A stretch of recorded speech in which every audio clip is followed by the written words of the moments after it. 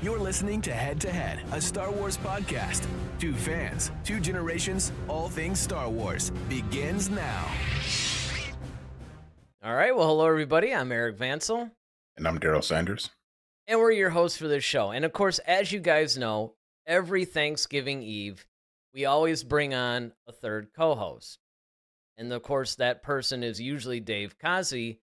But this year, he couldn't make it. So what did we do? We got ourselves another David. That's right. The same David that you guys see every week. Complaining all the time. Complaining about every show. We decided, whining and moaning. That's right. Well, at least the topic is an Andor.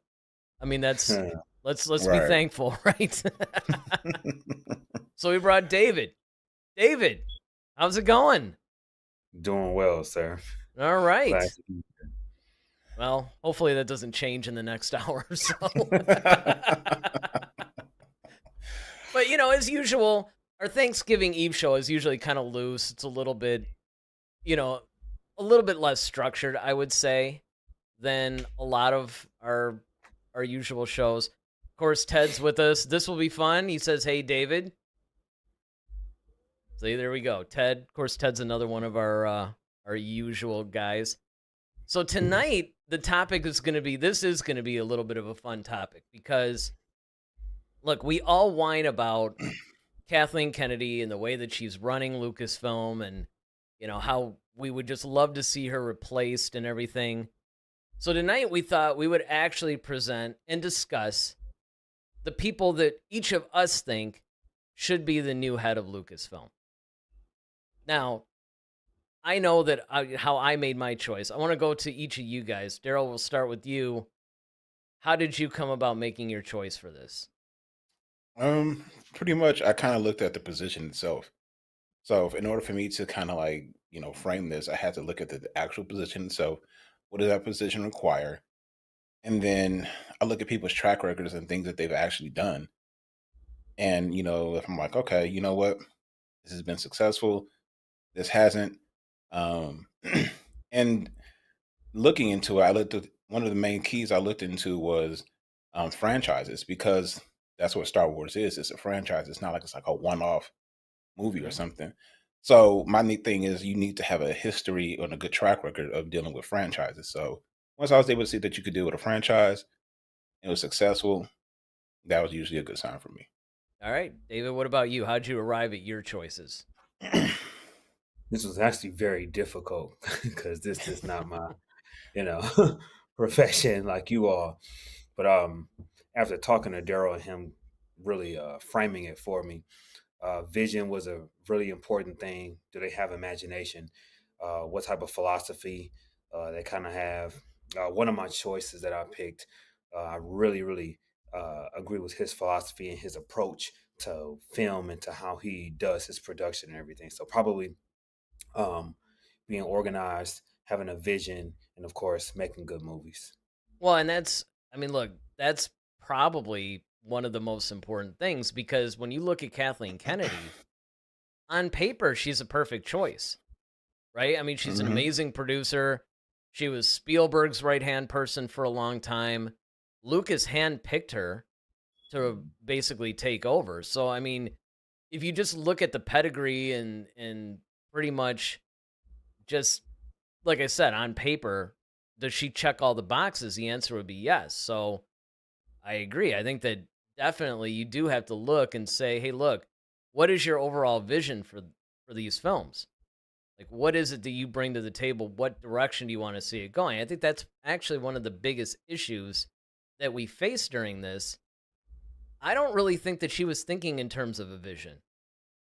I think she was actually thinking more of just, I don't know, just basically more like a typical studio head, and honestly just making all the Lucas type dollars, right? Like I want to create a cultural phenomenon, and I want to maybe spin it in a little bit of different way than Lucas did. And I think in doing so, she probably got away from a lot of things, and that's why we're in the situation we're in. Yeah, she's probably an opportunist. That's what I would say. Yeah, well, that's probably true too. Ronaldo says, "Hi everyone, nice to meet you, David." See, all Thank our you. regulars are here tonight. That's kind of good. That's That's another thing good. I actually like about our Thanksgiving Eve one is usually people that regularly watch, we'll see if Voyager comes out. We'll see if, you know, and there's some people that used to watch. Like, remember Boatwright Comics and Oh yeah, remember? yeah. He checks in on Facebook every once in a while, but we just haven't, I don't know. I don't think he's been able to watch or something. Who knows? He chimes in on Twitter though. Okay. So, yeah. I think that that's one of the things that, you definitely have to look at when you're looking at Kathleen Kennedy, just basically how she's driving this ship. Because again, it's like, okay, well, she works so well on paper. Why has it failed? So what do you Yeah. guys think? Why do you think that she failed? Or do you I think she was failed? well, definitely. Oh, there's no question. Well, I If mean, I she, think I yeah, think that definitely, part's unanimous. Yeah, but yeah. I think she's definitely failed, and here's the reason why. Anytime you have other people who create a whole spoof movie about you and what you're doing to a franchise, I mean, that's telling. I mean, who does that? Like when South Park has to come up with the whole Pandaverse, and it's funny Mm. because I didn't actually watch it until you told me to watch it. I didn't know what it was about. I mean, I saw South Park, and I was like, okay, South Park is being South Park. But you like, no, you really have to watch this. Not only is it hilarious, but it's about Kathleen Kennedy. So now I'm invested. So I'm like, okay. And South Park has always been kind of one of those hilarious shows for me because I remember when it first came out. So, and I'm watching it, I'm like, and everything they're saying is pretty much true. And it's what a lot of people, just really have a big issue with is that you're bringing social issues into movies and franchises where it doesn't belong. And that's part of what's been so divisive within the fan base is because you're getting away from the identity or the essence of what something is, and you're trying to put your own thing on it, and it's like it already has this definition, so why are you trying to redefine something? That's Mhm. stupid. As people would say, why reinvent the wheel? It's already been reinvented. So I think that's really the biggest thing. And a lot of different franchises started to have that problem because Star Wars isn't the only one. Marvel had that same issue too because you start to see the whole feminist agenda popping up in that franchise as well, and people are of course whining about it because it's like, look, this is not what we signed up for to watch. Like these, when you have kids, like all three of us, we all read comic books growing up. The comic books were designed for boys. They're designed for males. So no offense to any female watchers, but it's kind of made for us. I mean, that's like us coming over to Barbie and it's like, hey, how come there aren't more, like, it's Barbie. Like it has nothing to do with us. I mean, sure, there's Ken, and he's like the only token, but you got Stacy and all the rest of the, I don't know the other characters because obviously it's say, not man, for me. you're I starting to have delve into sisters. like deep. Okay, because I'm I like have you're diving sisters. into some Don't. deep Barbie lore, man. You're like naming the other friends, and So I asked for the dream house you're and a not back. you're I not asked coming for a out dream house tonight, and are a. you? I asked for a dream house and a back cave. I had to have balance. No, I'm joking.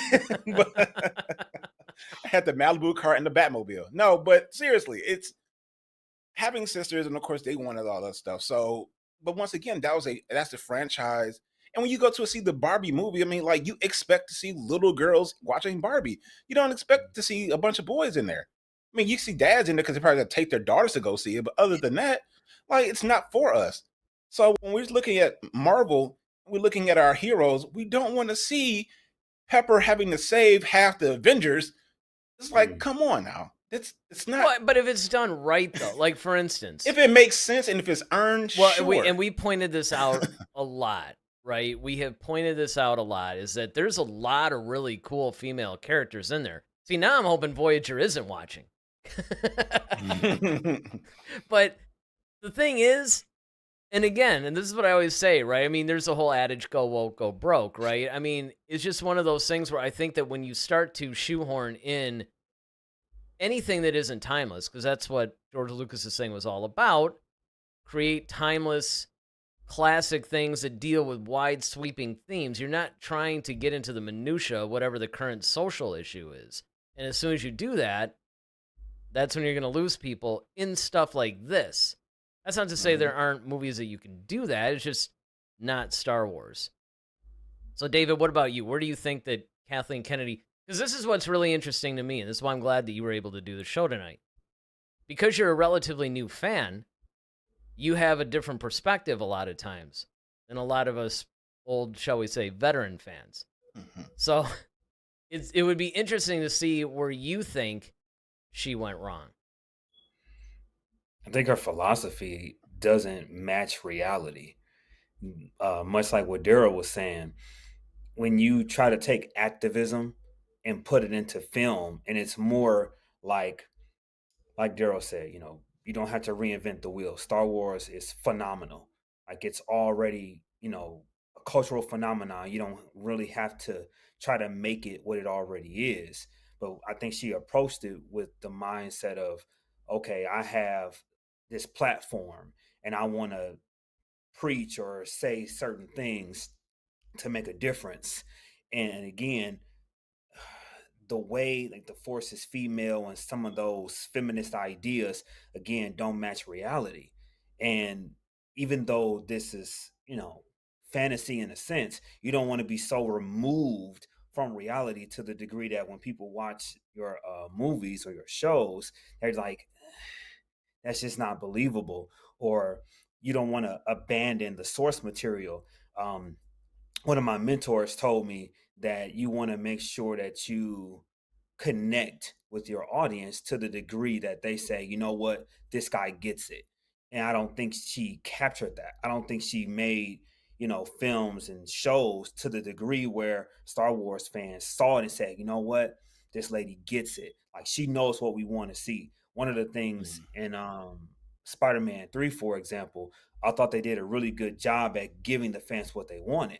Mm-hmm. They knew that we wanted to see, the three Spider-Mans doing Spider-Man things. And I think there was a meme with three different Spider-Mans pointing to one another or something like that. And they kind of recreated that. But when you watched it, they gave you what you came for. And I think there's just been a failure on her part with when we watch, for example, Ahsoka. I was looking forward to it. I thought they had, a great actress to play Ahsoka. But once you watch it, it's like she doesn't get it. And I think that's a big part of the failure. Philosophy, and then a failure to understand your fans. So much so that I think they even were talking about toxic masculinity when it came to Star Wars Mm-hmm. fans. Which, again, like Daryl said, that's your kind of your fan base. It's almost like saying, "Hey, don't spend your money because we're gonna bash you." Then, so No, that's a good point. I mean, and it's true, right? One of the other things that they do is they start to limit them a little bit because, you bring up a good point. Rosario Dawson, they got a great actress to play her, but then they made it to where she was almost like she couldn't really fully use her abilities. Because I remember back in the day, I mean, we all remember this, that I was screaming for Rosario Dawson to play Ahsoka from day one. Like I always said, if they ever had a live action Ahsoka, she's the one that used to do it. I was amazed that she was eventually chosen. But some of the criticisms of her performance weren't really her fault. It was more really the direction and just I guess the writing. But it was sad because it was like there's certain things that you could have done, and of course we know that there were issues with the Ahsoka. I mean, overall we enjoyed it, but we pointed it out several times. I mean, if you guys want to go back and see it, just check out the review. But there's a lot of things that they would do, even with the great characters that they already have. And then again, they're trying to shoehorn this agenda, and it just ends up really compromising not only the characters that they created, but the shows that they have. So, definitely. All right. So, you guys, you ready to get into this? Yeah, man. Our little discussion? All right. So, we all came up. Now, again, each of us came up with 5 people that we think could be the one who could take Kathleen Kennedy's place. Now, there were some duplicates. So essentially it's like 11 different people between the 3 of us. There's like 11 different people that we think might be able to do the job. So the idea is, and of course, if you guys are watching live, you can chat along with us and discuss with us. Of course, if you're watching the rebroadcast, Put in the comments section, as you see something. If you guys want to yell at us for our choices, that's fine too. Just participate. That's all we ask. All right. So here we go. The first one, all of us pretty much agreed on. And again, I ordered these. I didn't really weight them as far as like each of our top 5 or whatever. I basically weighted it like this. Who has the best shot at it? Like, in other words, who would make the most sense? All the way down. So it's not based on our choices. It's not based on anything. It's just based on that. So, of course, the first person, I mean, really, is there any doubt? I mean, give this man his franchise back. That's essentially, what we've seen. Of course, we have like a little blurb. This is like the person's name, their face, a little bit about what they've done, why we think they should do it. But yeah, now the question is, though, with this, even though it would make the most sense, do you guys think it would be the smartest choice? I think from a studio head position, like if he just solely or majority, I won't say solely, if majority of Story-wise, right? You can, well, you that's can what write well that's what I'm stories too. well Maybe. yeah that's what I say. I think in the if the majority of his role, if it's more tailored to running the studio, I think that would probably, and of course he has a relationship with Filoni, so of course you have your source right there. Mm-hmm. It's like you have your one of your two, your Kobe and Shaq, if you will. So you have Dave Filoni who can run the day to day creative stuff, and he gets it. He can confer with George on some things if he wants to. In some ways, I would kind of want him to kind of still do his own thing, just because in case George Lucas, as we know, like anybody can drop it any minute, and if you become too dependent on George being there when he's gone for whatever the reason may be, can you still maintain the ship? Are we still flying half a ship? Well, but I mean, you got to look at it like this. And before I make this point, Ted brought this up actually in the Facebook posts about this show tonight. But for some Mhm. reason, he really thinks that you should run it, Daryl. I don't know what it is. I mean, I've made some pretty strong points. But for some reason, I'm completely bypassing this conversation, and he just wants you to do it. So I just had I had to put that I would out have there. if that were to happen, I would definitely have a spot for you, Eric. Don't Well, worry. that would be nice. I mean, I'm not the janitor, I hope. I mean, No. it's like, yeah, you want to go clean the toilets here at Lucasfilm? Go ahead, man. You're my guy. You're my guy. Yeah. But Oh. hey, the thing about Lucas, because again, a lot of people thought that he destroyed Star Wars with the prequels, right? So I mean, and then he was talking about his episodes 7, 8, and 9. A lot of it sounded cool, I'll be honest. Other stuff, I don't know, man, like little force nanobots or whatever it was he was talking about. I mean, there were some things in there that I'm like, well, I don't know, George, maybe JJ wasn't too far off, right? Give the fans what they want. Because again, he looks at these as like his movies. If people enjoy them, fine. But I do agree that if he were the one that were running the thing, and he were pretty much like signing off on stories or denying them, I think that would be cool. Yeah, I mean, and I think that's where he would be better utilized if he was kind of just controlling the direction of where things are going, helping push the technology as he's always has done, um, looking for new opportunities and things like that. And because it's his thing, who wouldn't understand that franchise better than anybody? Mm-hmm. So Yeah. yeah, that's why I would say like if he were to just run, because the story part is cool. We all know that he's not the best director. So, Right. but that's fine because you have other people who are well qualified to direct. It's just the writing suffers a lot and the direction of like David said, the philosophy of Lucasfilm right now is all over the place. Absolutely. David, you got anything to add about George before we move on? Just a little bit. I mean, you give it to the guy that made it. Um, he was the visionary, and anytime you go in a direction to where the guy that made the franchise and made up the story says like, "Nah, that's not necessarily what I had envisioned." I mean, you give it back to him, especially if there's an opportunity to do it. I watched the interview where he was saying in the past that he basically was kind of prioritizing his family more, to where he didn't want to be too bogged down, because like, look, my kids are the most important thing to me. And that was, quite a while ago, some years ago. So I imagine at this stage, especially given the direction that the franchise has taken, that I think it's very fitting for him to go ahead and take the reins back, and to basically implement, his vision to take it to that next phase, to that next level. Because it's either I think you either reboot and kind of start over, recast the people, which either that, or you do what they're trying to do now and try to create new stories, or go back in time to a spell where there isn't much content and try to create it. Or, okay, let's look at these individuals characters and let's follow their story.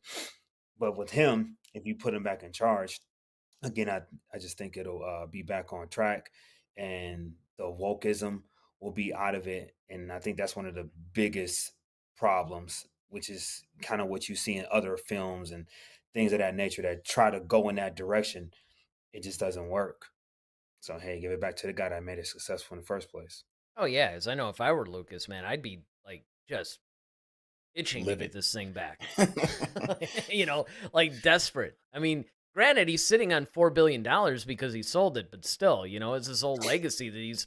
I mean, it would be one thing if he was near death and they kind of, just sort of made a few films or whatever, and then all of a sudden they went in all these crazy directions. But he has to watch this. I mean, they're slowly killing this man right now. So I would say Yeah. yes.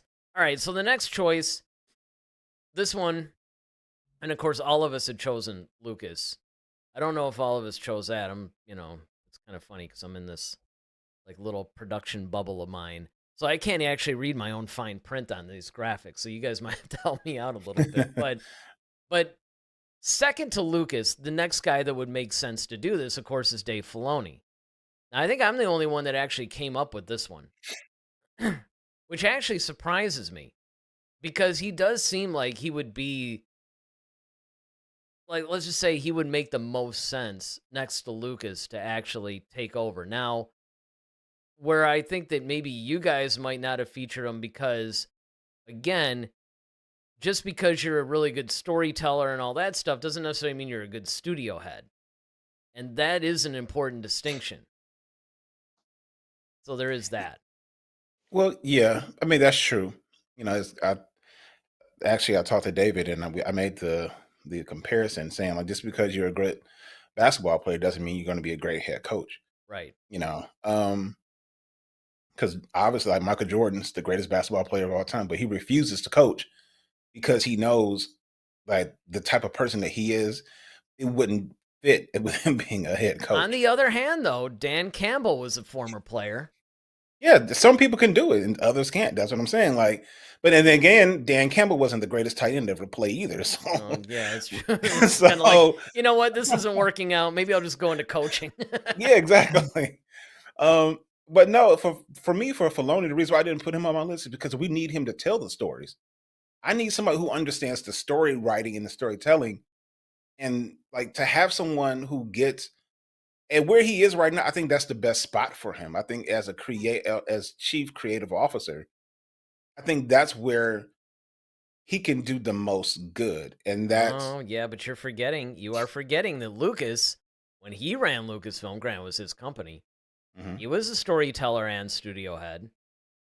Well, yeah, it's George. It's his thing, though. It's I like, know, but I'm just saying. I mean, it's like, yeah, if it could be worked out. That's what I'm saying. If it could be worked out, these are people yeah, that we're saying could possibly do it, right? Because again, true, I wanted to emphasize that when I put this list together, because I could have just had it not weighted at all. It's like, okay, here's just a bunch of people sure. and we could just discuss it.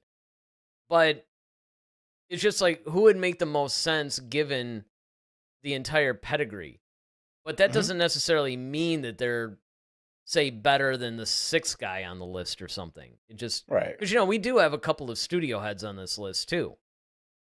So it's just, and this is the whole point of this, right? Is that we go, okay, well, the strengths of somebody like Dave Filoni would, of course, be the fact that he understands Star Wars probably the best next to George Lucas. But on the other hand, he doesn't have a whole lot of live action directing experience. He doesn't have a lot of experience in running a studio, which is something that you probably need for that kind of a position, right? I mean, it's kind of like you said, him being the, what's he called? Like the executive director of creative director, something like chief creative director. Yeah, or something like right. that. Yeah, it's something like that. It's some weird. It almost sounds like one of those titles that you would give somebody when you're trying to just like, you don't want to give them a raise, so you give them some fancy title and you're trying to get them out of the way or something. But yeah, I mean, I do think that his name would be worth putting in there. And maybe he doesn't do it now, maybe he does it later. But True. I don't know. I leave it to you guys to debate this one. Oh, don't say debater on David. Well, I mean, on the bright side, David, you don't have to sit there and try to type all of these things. You can just say it. You only have limited characters, and then you got to wait until, we actually put the chat up, and that could be like 10 minutes after you made the point. So, there's a certain immediacy you have now. Only thing I would say with him is I think there's a perk to hiring somebody that's already, working in a company. For what it's worth, I remember I was doing something and I tried to go outside to find better people, but I found that in the end, the people that's already there with you, they're loyal, they're faithful, they understand your heart, your vision, and it may be kind of they're obedient, and that's one thing that I think goes a long way. Is a person that you can count on and you can rely on to execute what you want executed.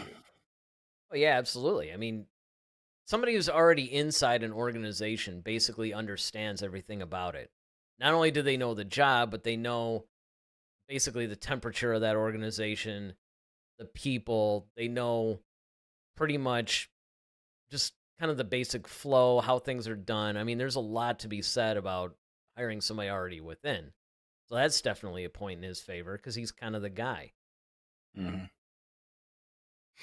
Yeah, I think for me, at least when I came up with my list, I think this is what I learned from working in production, a higher level production, is that it definitely makes it easier when you have less things to worry about.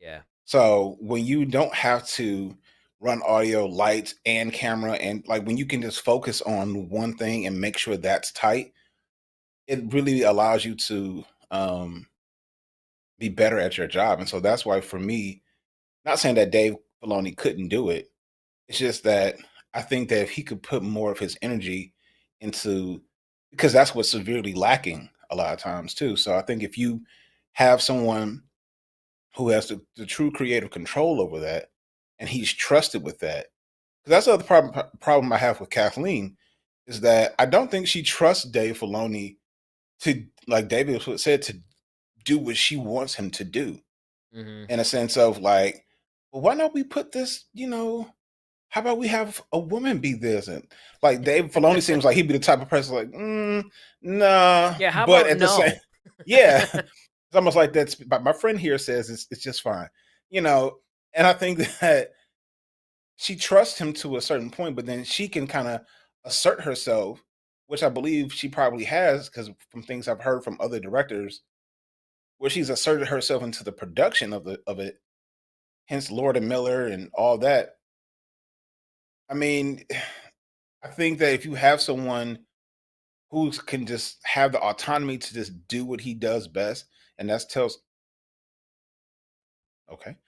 stories. It's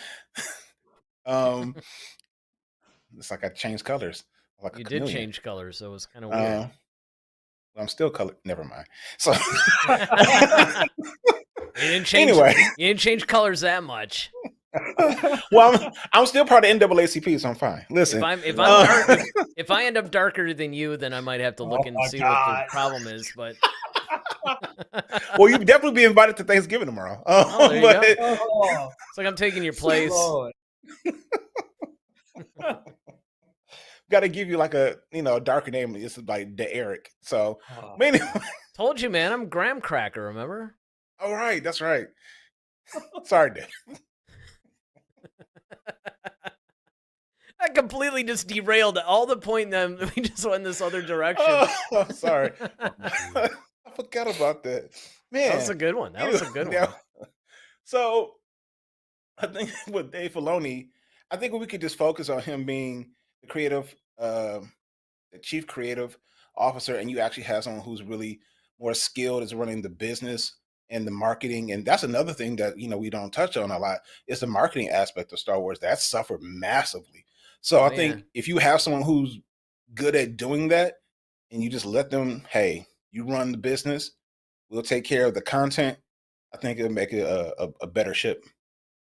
All right. Well, then our next person actually might have a little bit of a flip side of the problem. This is somebody that all of us chose. It's Jon Favreau. Mm, See, now Favreau, he kind of has a little bit of that Filoni thing going, right? Like he yep. understands Star Wars. He knows how to tell a story. On and on it goes. But he is a director. He does have a little bit of like show running type experience.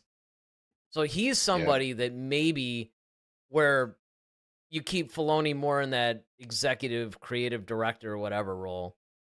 This is a guy that maybe could do the job. Maybe he fulfills some of those, or I should say, fills in some of the gaps that maybe Filoni had that would prevent him from being good. Maybe this is how we do it. And of course, let me just let this comment pop in. Kriston Moore, we all know and love, right? Oh, Says Chris. Favreau 2025. Because again, Favreau, he's one of those guys that when you say these things about Filoni, Favreau actually can do this stuff, right? Like he Mhm. doesn't suffer from some of the same problems. So, given that, do you guys see any issues with him as a choice? I'm gonna let David take this one because I know Yeah, this is one David, of his let's start favorite. with you. We don't want people to get too comfortable with an order here. No, I think he's an excellent choice. His role in the MCU, I think, was really why I put him on my list. I watched the interview with Kevin Feige, and he was talking to him, and he said that his decision to cast Robert Downey Jr. as Iron Man was one of the greatest decisions in Hollywood history.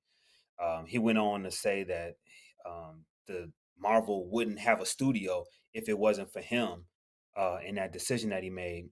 And then he talked about how the tone that they had in Iron Man 1 was kind of like the template for the whole MCU.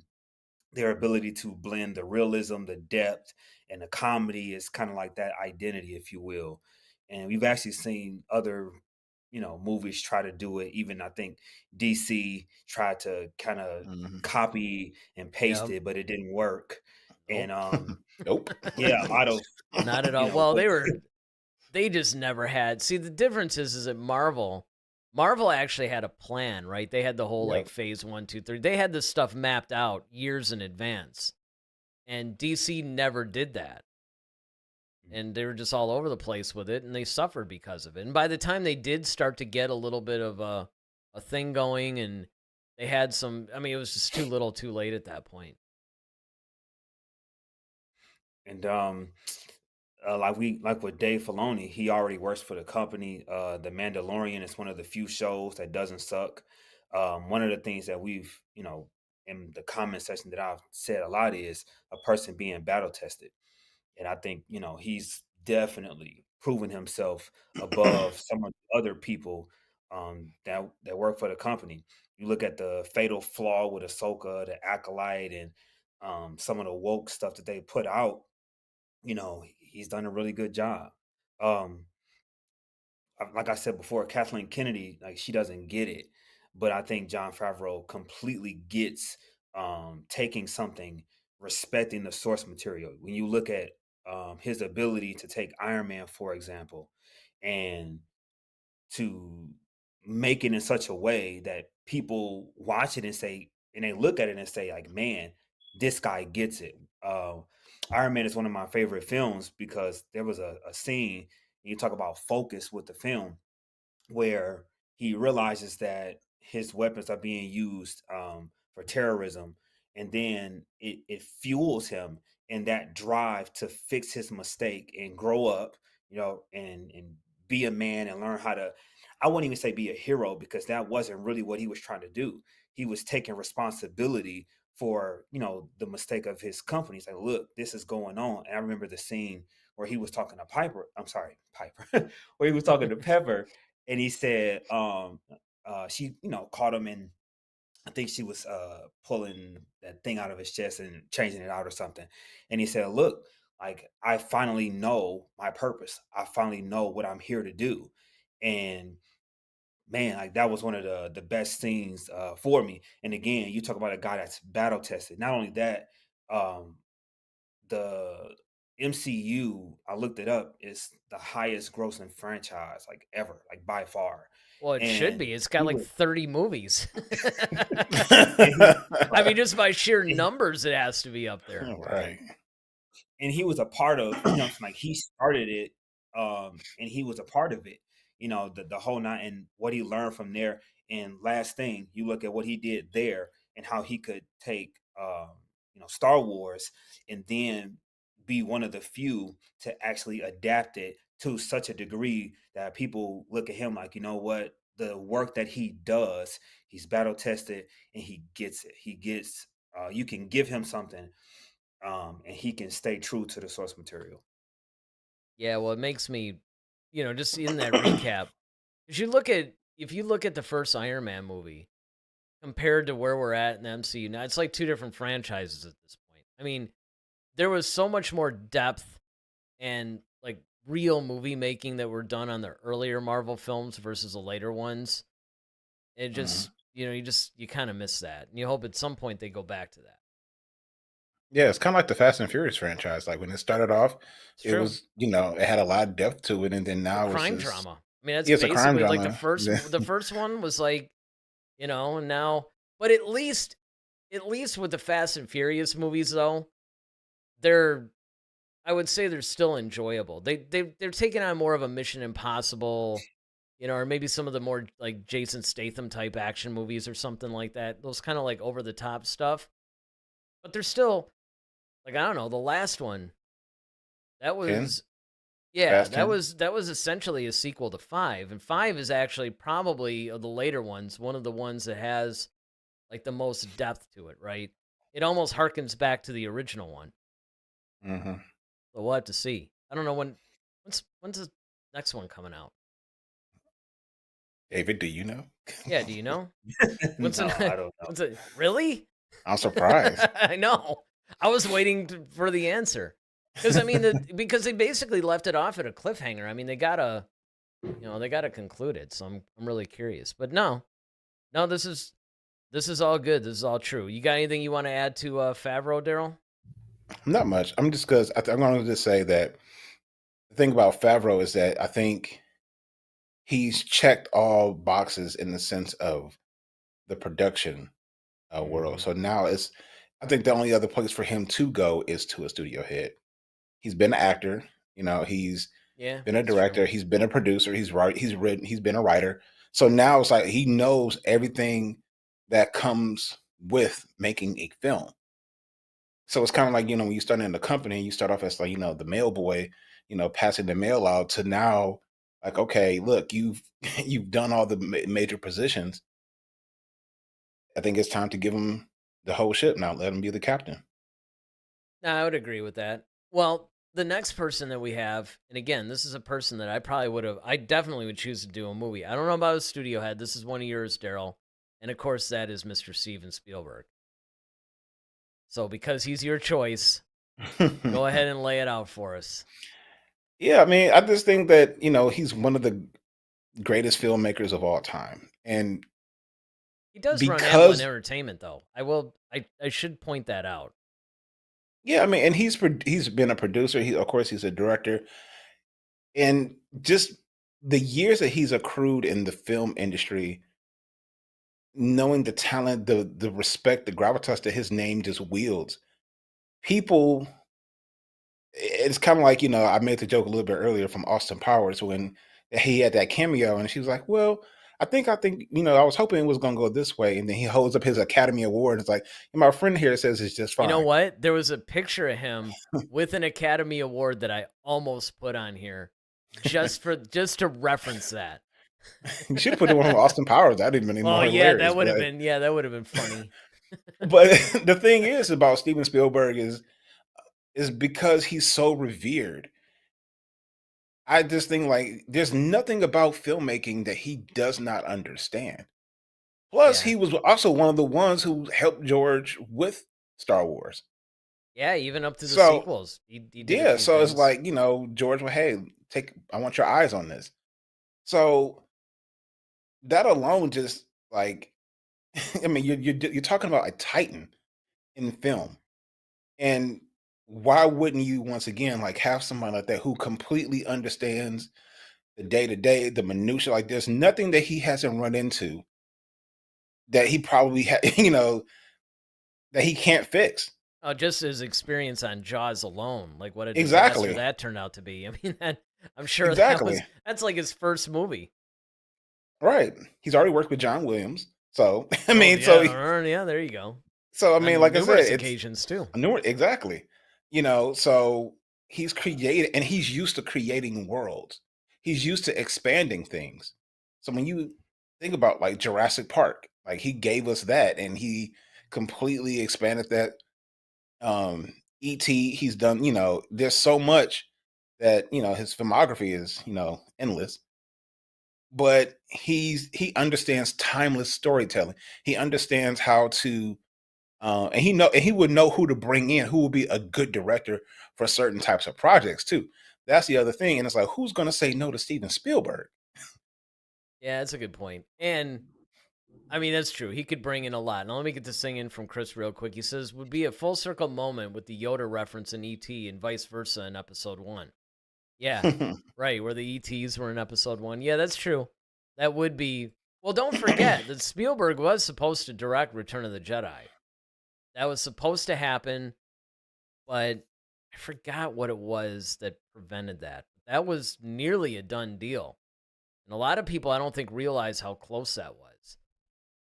All right, David, what do you have anything to say about Spielberg as a choice? No, I pretty much covered it. I mean, he's the GOAT. Yeah, I mean, it's kind of like he is a fairly obvious guy. I mean, there's really not a whole lot you could say. And the one thing about Spielberg too is that he's an obvious choice, right? Like everybody goes, "Oh yeah." And again, studio head wise, Amblin Entertainment, so there is that. One thing comes to mind. I think Daryl and I were talking about with Steven Spielberg. He has such gravitas, like Daryl said. Who's going to say no? Hmm. If you need a certain person, or if you want a certain actor or a certain person to be on staff, again, who's going to say no to him? And it opens up a plethora, of opportunities. I think about make a sports reference, like with the Lakers. When the Lakers had Magic Johnson, he got uh, LeBron James. I mean, he's the GOAT. And then you go get AD, and again with Magic Johnson, he has such a gravitas that most of the people that play in the league now, I mean, they look up to him. So it's like, man, you got 5 rings, you're the man. And as soon as they say, "Well, Magic wants to talk to you," it's like, what? Of course. And I want to hear everything he got to say. Same thing with Steven Spielberg. You get a phone call from him. It's like, what, man? Let's do it. Whoever it is. Hmm. Yeah, no, agreed. All right, I honestly don't remember who the next person is, so let's find out. Yes, Pablo. Pablo Hidalgo. I think this is one of mine. This Yep. guy, and now you might end up having the same issue with him that you might have had with Filoni, right? Where you could Mhm. probably make the argument that, hey man, we need this guy right where he is. Let him just focus on story. Because For those of you who don't know who he is, because he's kind of one of those like left of field people, like, who? What's he done, right? He's one of the main guys when George Lucas created the story group. This is back when the expanded universe was created, back in the early 90s. Lucas realized he could not himself, number one, keep track of all the continuity that was going to pop up, be there to say yes or no. And I mean, there's just like a lot of things that you had to do at this point. And he didn't, frankly, want to be bothered with it. So he got Pablo to, as like the head of this Lucasfilm story group, as they call them, to basically concentrate on basically like the directions of where to take stories. A big part of it is making sure the continuity is there. And of course, that bled into the films that were created later on, like the prequels and then eventually the sequels and everything else. So he's another guy that's sort of like Filoni. He's actually been there longer than Filoni, and he really understands Star Wars. I mean, this is a guy that wrote all the encyclopedias. He's like the go-to. But again, I can understand if somebody said, well, yeah, but that doesn't necessarily make you a good studio head. Yeah, I mean that's kind of where I would lean towards. I would probably keep him where he is, or maybe tag team him with Filoni more, um, as far as dealing with the writing and um, because like you said, like a lot of the novels that have come out, he's got to keep track of how characters are being used. No, you can't do this. Approving certain things. That's very important. That's a very important job because once again, Star Wars is a multi-faceted um, franchise because you not just have the movies, but you have movies, television shows, video games, novels, all this stuff that people there's things coming in and out, and you have to kind of keep track of it because if you get it wrong, people are going to call you out as like, wait, how is this character in here? And they died like in the book six, six, books ago.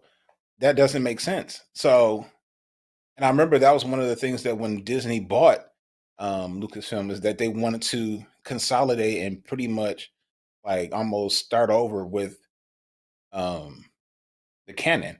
They really wanted to like, all right, make sure all the canon lines up. Well, you need someone like a Pablo Hidalgo to kind of make sure who's been there, like you said, for so long. He's a major resource, and I think you can't lose him in that type of position. Well, but before you go too far down that road now, keep in mind that he's like the main guy, but he's certainly not the only person on that story group. True. And if he were the studio head, now he could start to empower. Like, see, one of the things that you could do when you're like that is he could almost do what Lucas did, right? Things would funnel through him because Lucas basically, that's why he was the executive producer on all the movies, as well as being the studio head. Because he would go through, look at, the artwork or whatever that was being created. And, he had that famous, like, he would X certain things or check certain things. Like, okay, you're on the right track, come back with something else. Like, they would basically guide the ship or whatever. Pablo would be almost the perfect person to do that. And look, there's other people in the story group. I mean, I'm not necessarily disagreeing with what you're saying, but you can't hang your hat completely on like he's the only guy. True. Yeah, I wouldn't say that. I just think that and maybe over time, in a sense, I think what needs to happen is you need to stop the bleeding. And I think that Well, you when you might have also someone, might be like if it ain't broke, don't fix it kind of thing. Is that sort of where you're going well, to? not really. It's more so like stop the bleeding in the sense of like the studio head part is a major problem. Like David said, the whole philosophy and the direction and the vision of Lucasfilm is just in shambles. You get that aligned with Well, the who better people to you do already that than Pablo? well, in the sense of once again, like the business aspect of the marketing, all of those things, people who have a proven track record of knowing how um, to maneuver, I think will be better suited for someone who kind of has a little bit more. Um, because, like I said, Pablo's never done a film. Like he's not I mean, he's been on sets, I'm sure, and all that. But I mean, like as far as having a hand in the true production of it, that's not his world. So I think you need someone who at least you can say that about John Favreau. You can say that about a Filoni. You can say that about, of course, Spielberg, but you can't say that about Pablo. So I'm just saying, like, get somebody in there to stop the bleeding. Now, I'm not saying at a later date, yeah, bring Pablo on and maybe kind of make him an apprentice to take over maybe at one point. But you need Mhm. somebody almost as a holdover to kind of get the ship plugged up so it's not sinking. And then once we get to port and patch it up, now put Pablo in there and then he can carry it the rest of the way. All right, you've had your day in the sun. David, what do you think? I'm not familiar with All right, with not this. familiar. Well, let me get to a couple of chats from Ronaldo real quick then. He says, the most realistic pick for me is John Favreau. Most realistic pick so far. Dude, we're like only halfway through this. I don't even know if we're halfway through this list yet. So just put the brakes on a minute there, Ronaldo.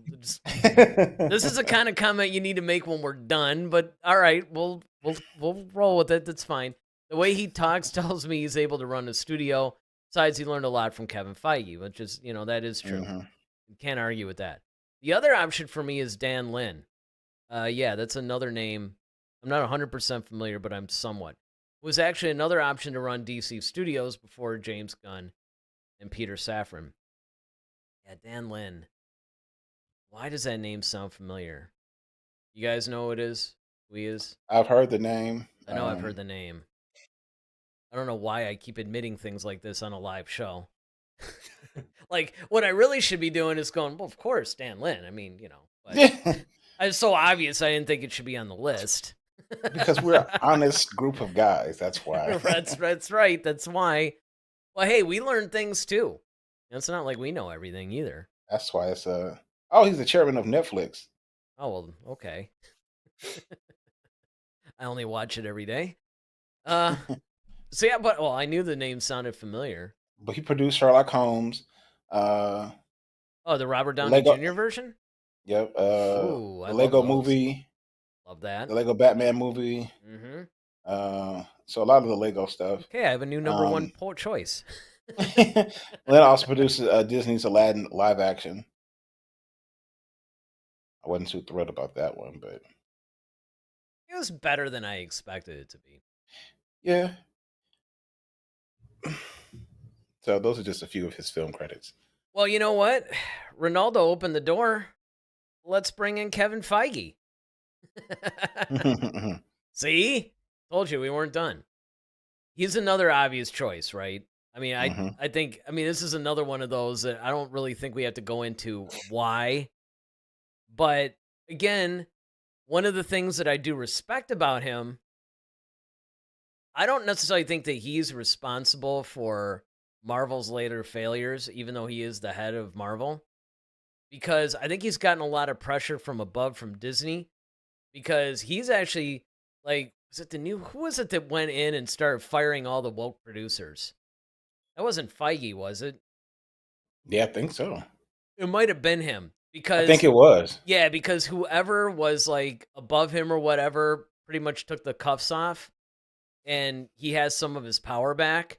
So now he's going in there like, oh, you're Clean it. woke, you're gone. It's kind of like he's trying to actually clean house, and I think he's trying to bring Marvel back to where it was like in the earlier days when we had the first Iron Man, the first Captain America, first Thor, that kind of thing, where you have, again, timeless stories, a lot of depth.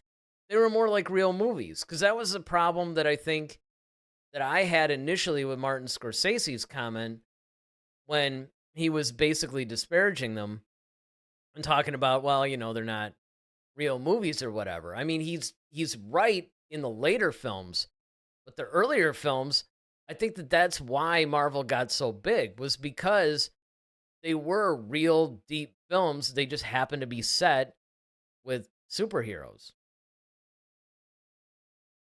David, I know this is your guy.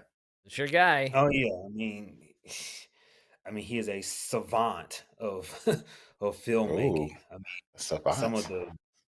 the, I mean, he to take Marvel to where it got. I mean, I think about in Endgame when you got. I mean, the culmination of all that they did, and in that last battle, the music is blasting, the theme music, and then finally, right after all this time, Avengers assemble, and they clash, and you think about focus from the first film to the last, the attention to detail, the this all started with Iron Man, and then you look at the closing credits, right? He says, "I am Iron Man," and then you go down the line again. That focus, that vision, to where at the end of it, it ends with the same thing: "I am Iron Man," and then you get the snap, and then he sacrifices himself.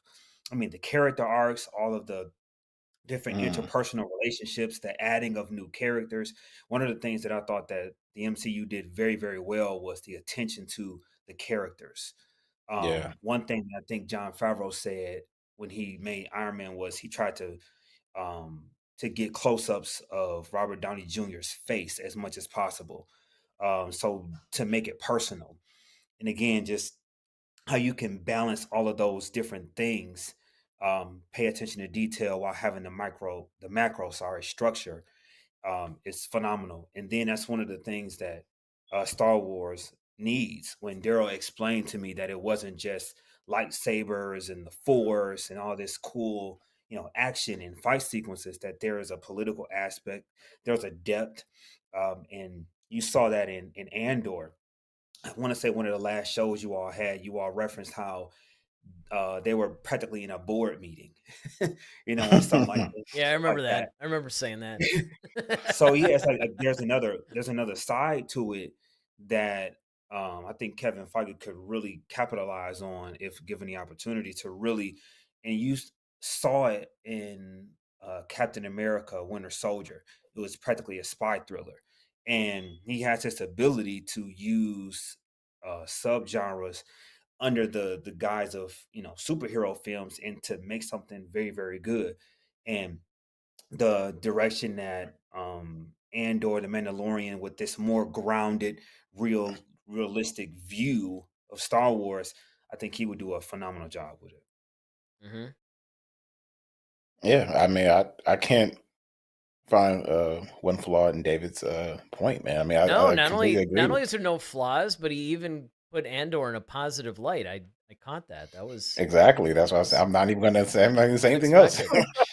Yeah, I think you basically summed it all up. I can't really add much, and that's Proud Well, of. if it was a yeah. bad take, I blame Daryl, because you talk. If I'm bad, then that means you're bad. Oh, okay. Meanwhile, you're texting. Oh yeah, I can just Right. Like say this. say this and now this. Got the little. Hey, it's like, what's that earpiece in David's ear? Well, all right. So our next guy, this is kind of a left of field thing. This is one of yours, Daryl. This is Peter Kramer, and Mhm. he's ahead of Universal Pictures. So now, what jumped out at you about him? Man, well, first of all, Universal Pictures makes phenomenal, has made some phenomenal movies, but he's been a big part of that, and he's actually been responsible for like two of the years of they've been out of their 110-year existence where he's made them the most money. So he was Mhm. like very instrumental in that. And then like a lot of the films has come under him, of course, being some of David's favorite, Fast and Furious being one of them. Um, Ted, he also worked. Let me get my notes here. Um, Yeah, he did the Get Out movie. He did Lucy, Jason Bourne, um, Pitch Perfect, the Ride Along franchise, the Purge franchise.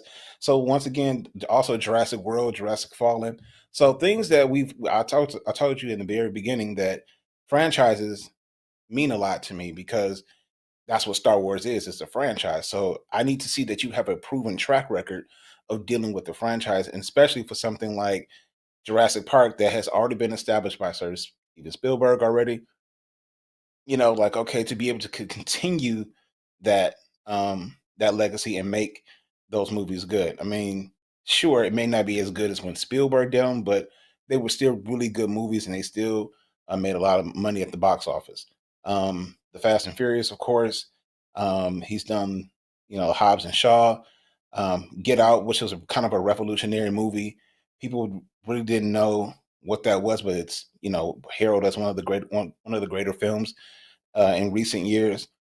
So he's done a lot, and he's been very instrumental in making those things happen, getting the right people um, to direct, to write, and like I said, it's just been, I don't want to say flawless, but I mean it's been pretty darn good.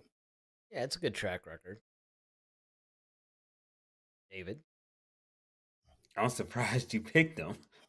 I The know. Rock Well, I can't was act, looking at this going, so yeah, how did he? I'm not I mean, sure what'd why you you do? Did you picked look him. on IMDb or something and get his?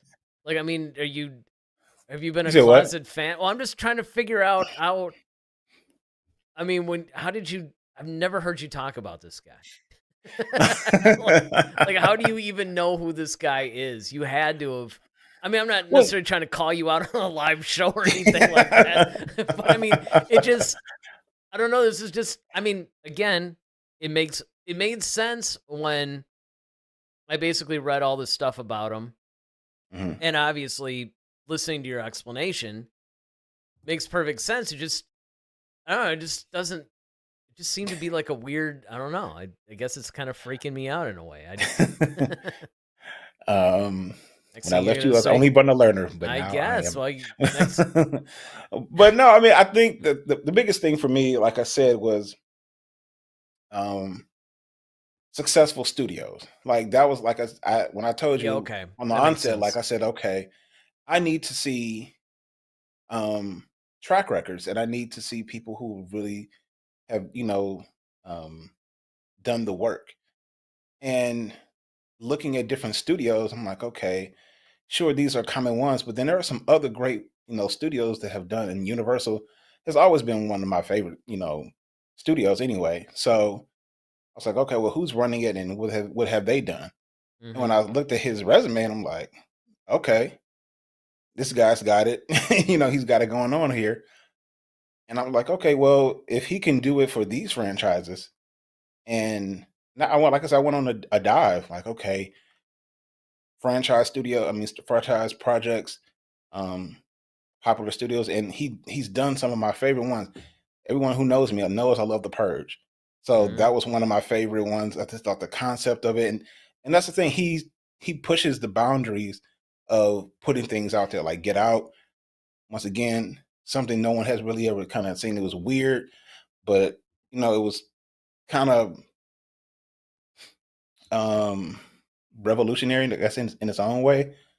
So yeah. No, I mean it makes sense. And look, let's be honest. This guy is probably the first real candidate on this list who really, because this is a guy who's run a studio, right? Hmm. He's run a big studio. And it's a big one too. Yeah, Lucas is small compared to Universal. right, exactly. So I mean, he's really the first guy where we're getting a little bit away from now, hey, this is, creatively this would be good for Star Wars. He wouldn't get in the director's way. A lot of the things that Kathleen Kennedy does, but this is the first guy. Now you look at it from the business side, he's really the first real guy that you go, okay, yeah, he's qualified in ways that maybe some of the other ones aren't. David, you got anything to add about this guy? Or are you still like, yeah, all right, good, He's Peter, go. We'll go with that. Yeah, I mean anybody that puts Idris Elba, The Rock, and Jason Statham in the same film is a genius. I mean, that Fast and Yeah, Furious movie that's was phenomenal, which is so surprising. I'm wondering why Daryl picked this guy because The Rock can't act. So, there's that. But hey, the Purge was really creative here it and comes. Now the yep. comment section's coming to life on here. Here's the malarkey. Oh, that only took hey, an hour. at least Peter Kramer understands, good talent when he sees it. Oh, I never said The Rock he's trying to was a like good diss you with talent. your own choice. That's what I love. Well, yeah, this is what he does. No, but no, let me, for those of you watching, let me clarify. I'm not saying The Rock is not a good actor. but Mm. I would not call him a great actor. I would say he's good. Yeah, I mean, I would say that. Look, he has a lot more range than I initially thought that he did back. And I mean, a lot of it's true, right? I mean, I liken him to somebody like, say, like Schwarzenegger, because Arnold, as everybody knows, started out he could barely speak the language. And Hmm. as time went on, he started doing more roles. In fact, he's got a movie coming out soon. I just saw the trailer for it not too long ago. It is a straight up drama. Like, it's not even really an action movie, it's a straight up drama. And I think that The Rock basically has done the same thing. He's pretty much done a couple of things. One, I don't really want to say he's typecast, but much like Jack Nicholson, he does play a specific type of role. It's not often that he breaks out of that. And I mean, he's good. He's not amazing, but he's, he gets the job done. I You should enjoy his listen to your movies. mentor, Daryl. You said what? He said you You should should listen to listen me, to your basically. mentor. I did. I Facts. said he was good. He said I was. What? Facts. Are you not listening? What? Facts. See, this is what I'm saying. See, I don't This have a Mr. Vance is 2-box on thing fire. for just you guys. On I should fire. I'll just bow out and is okay, Right, guys. just go for it. Yep, bathroom break. You guys take the show. All right, hold on. I think Chris has another comment here. Let's get this in. Says, I love The Rock, but he plays the same guy in every movie at different temperatures. Now that actually is not a bad way of putting it. The different temperatures part. I Not like in that Jumanji, because, he didn't. Yes, he did. yeah, more or less. I mean, there's been some No. movies where I think that he's like, again, his range has grown. I mean, if you Sure. compare it, back like in the early days, he has way more of a range. He could do a little bit more dramatic roles now than what he used to be able to do. Again, I don't think anybody's gonna, hand him an Oscar anytime soon, but They should. he has the ability to What? do it. All right, well, Let's that get back said, to let's get hey, yeah, let's get back here's- to this. yeah, let's get back to this. But this is another one of your picks, Daryl. Thank you.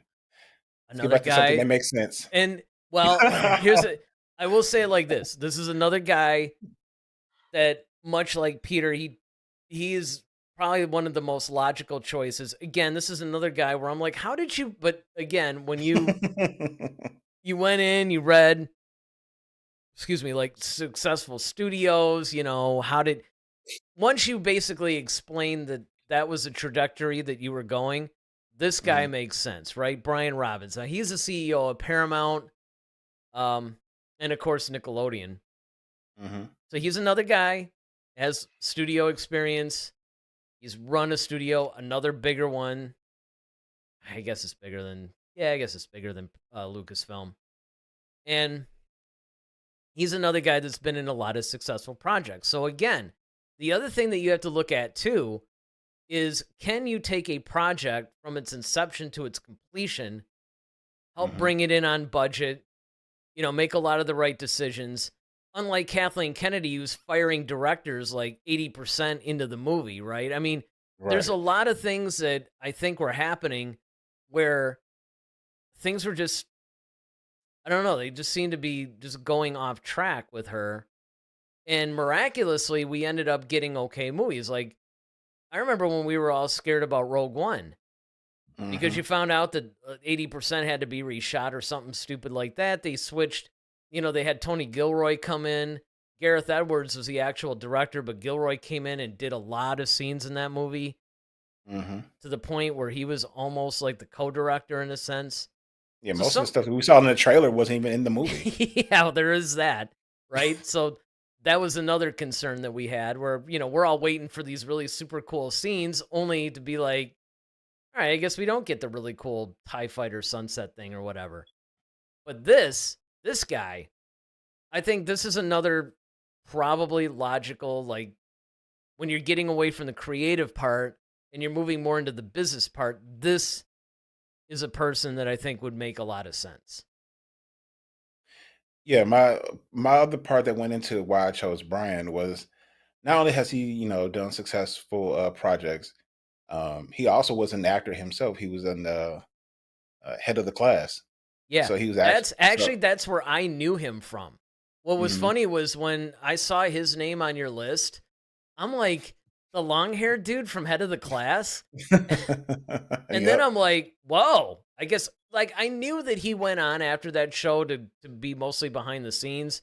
But Mhm. most of those guys are like writers or Yeah. directors, stuff like that, not CEOs of studios and things of that Right. nature. And actually another Head of the Class alum who's gotten in a little trouble over at Nickelodeon is Dan Schneider. Mhm. And he worked with Brian Robbins. So it makes sense that, they were together over there. So yeah, that is an interesting, very interesting choice indeed. Well, and the other part that kind of went into this is that I thought about who George Lucas made Star Wars for. Made it for kids. And Yep. that's been missing. We don't have another generation that's growing up wanting to see Star Wars how you were in 1977, how I was when I was a kid, even though like it had already been out for, maybe what 10 years or something before I was even born. But like I think that that's one of the parts that's missing sometimes in Star Wars is that you do need to have that hit element, which I think that's why Skeleton Crew is going to be a hit because now you have shows like Stranger Things and that's popular amongst kids. Mm-hmm. So with the fact that he's done Nickelodeon, then a lot of the projects that he has a lot of success in were more so geared towards kids, like Paw Patrol, the Ninja Turtles live action movies. Um, Things like that are appealing more to a younger fan base. That's how you can kind of bring in that younger group. So now Star Wars can sustain itself after we're all, sitting in a nursing home eating peas or something like that. Like, the younger generation is still taking a franchise that we grew up on and they're still loving it and it's continuing on in the success. Mm-hmm. Anything, David? Just a question for Daryl. You said that he, with his experience or him being over Nickelodeon, you brought up a good point that made me want to ask, I guess, how important do you think it is that Star Wars reaches, the younger generation? Oh, it's very important because in any when you're dealing with a franchise like Star Wars, it's not like um Fast and Furious. And I'm not picking on it. I'm just saying like literally it's not like Fast and Furious in the sense of Fast and Furious deals more with adult themes. Mm-hmm. You're dealing with hot chicks, fast cars, guns, we're breaking the law, we're doing all these things Man, you're making me that want to watch one of them right now. Like I've you been know meaning saying to go like back and watch Fast 7. 7 was actually one of my favorite ones too. yeah. I like that And one. that's the thing. It's not no different than the Purge. The Purge is not designed for kids, right? But when you're talking about Star Wars, that's who George Lucas originally made Star Mm-hmm. Wars for. It was supposed to be, something like a Saturday matinee type thing where the family can sit down and those are things that people can enjoy. It's a little bit of something in there for everybody. Where if you're, you being a dad, like okay, have to take the family to the theater. You want to have something that okay, we all can enjoy together versus oh no, my daughter can't see this and guys is walking around naked. Like I can't have that. I don't know. So There is Kylo. well at least he's just shirtless. But you That's know what? different. But that's the thing. See, Star Wars is made, as Lucas said, it basically was like a moral of the story, right? Yeah. It's good versus evil. That's what the whole reason why when everybody starts picking on it, like, oh well, there's not enough shades of gray, and because that's not how the world works, and on it goes. It wasn't designed for that. It I mean the wasn't whole thing starts designed, off at a long time ago in a and it get galaxy. right, It's a very much fairy like tale. Once Upon a Time. Exactly. I mean, it's very much like that. It deals with macro themes. It's very much the good guys wear white, the bad guys wear black. No offense. And I mean, you just have to understand that this thing was made for for basically kids to grow up with some sort of moral center.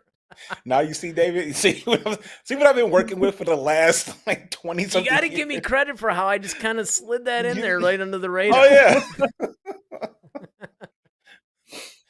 Can I Ah, ask this?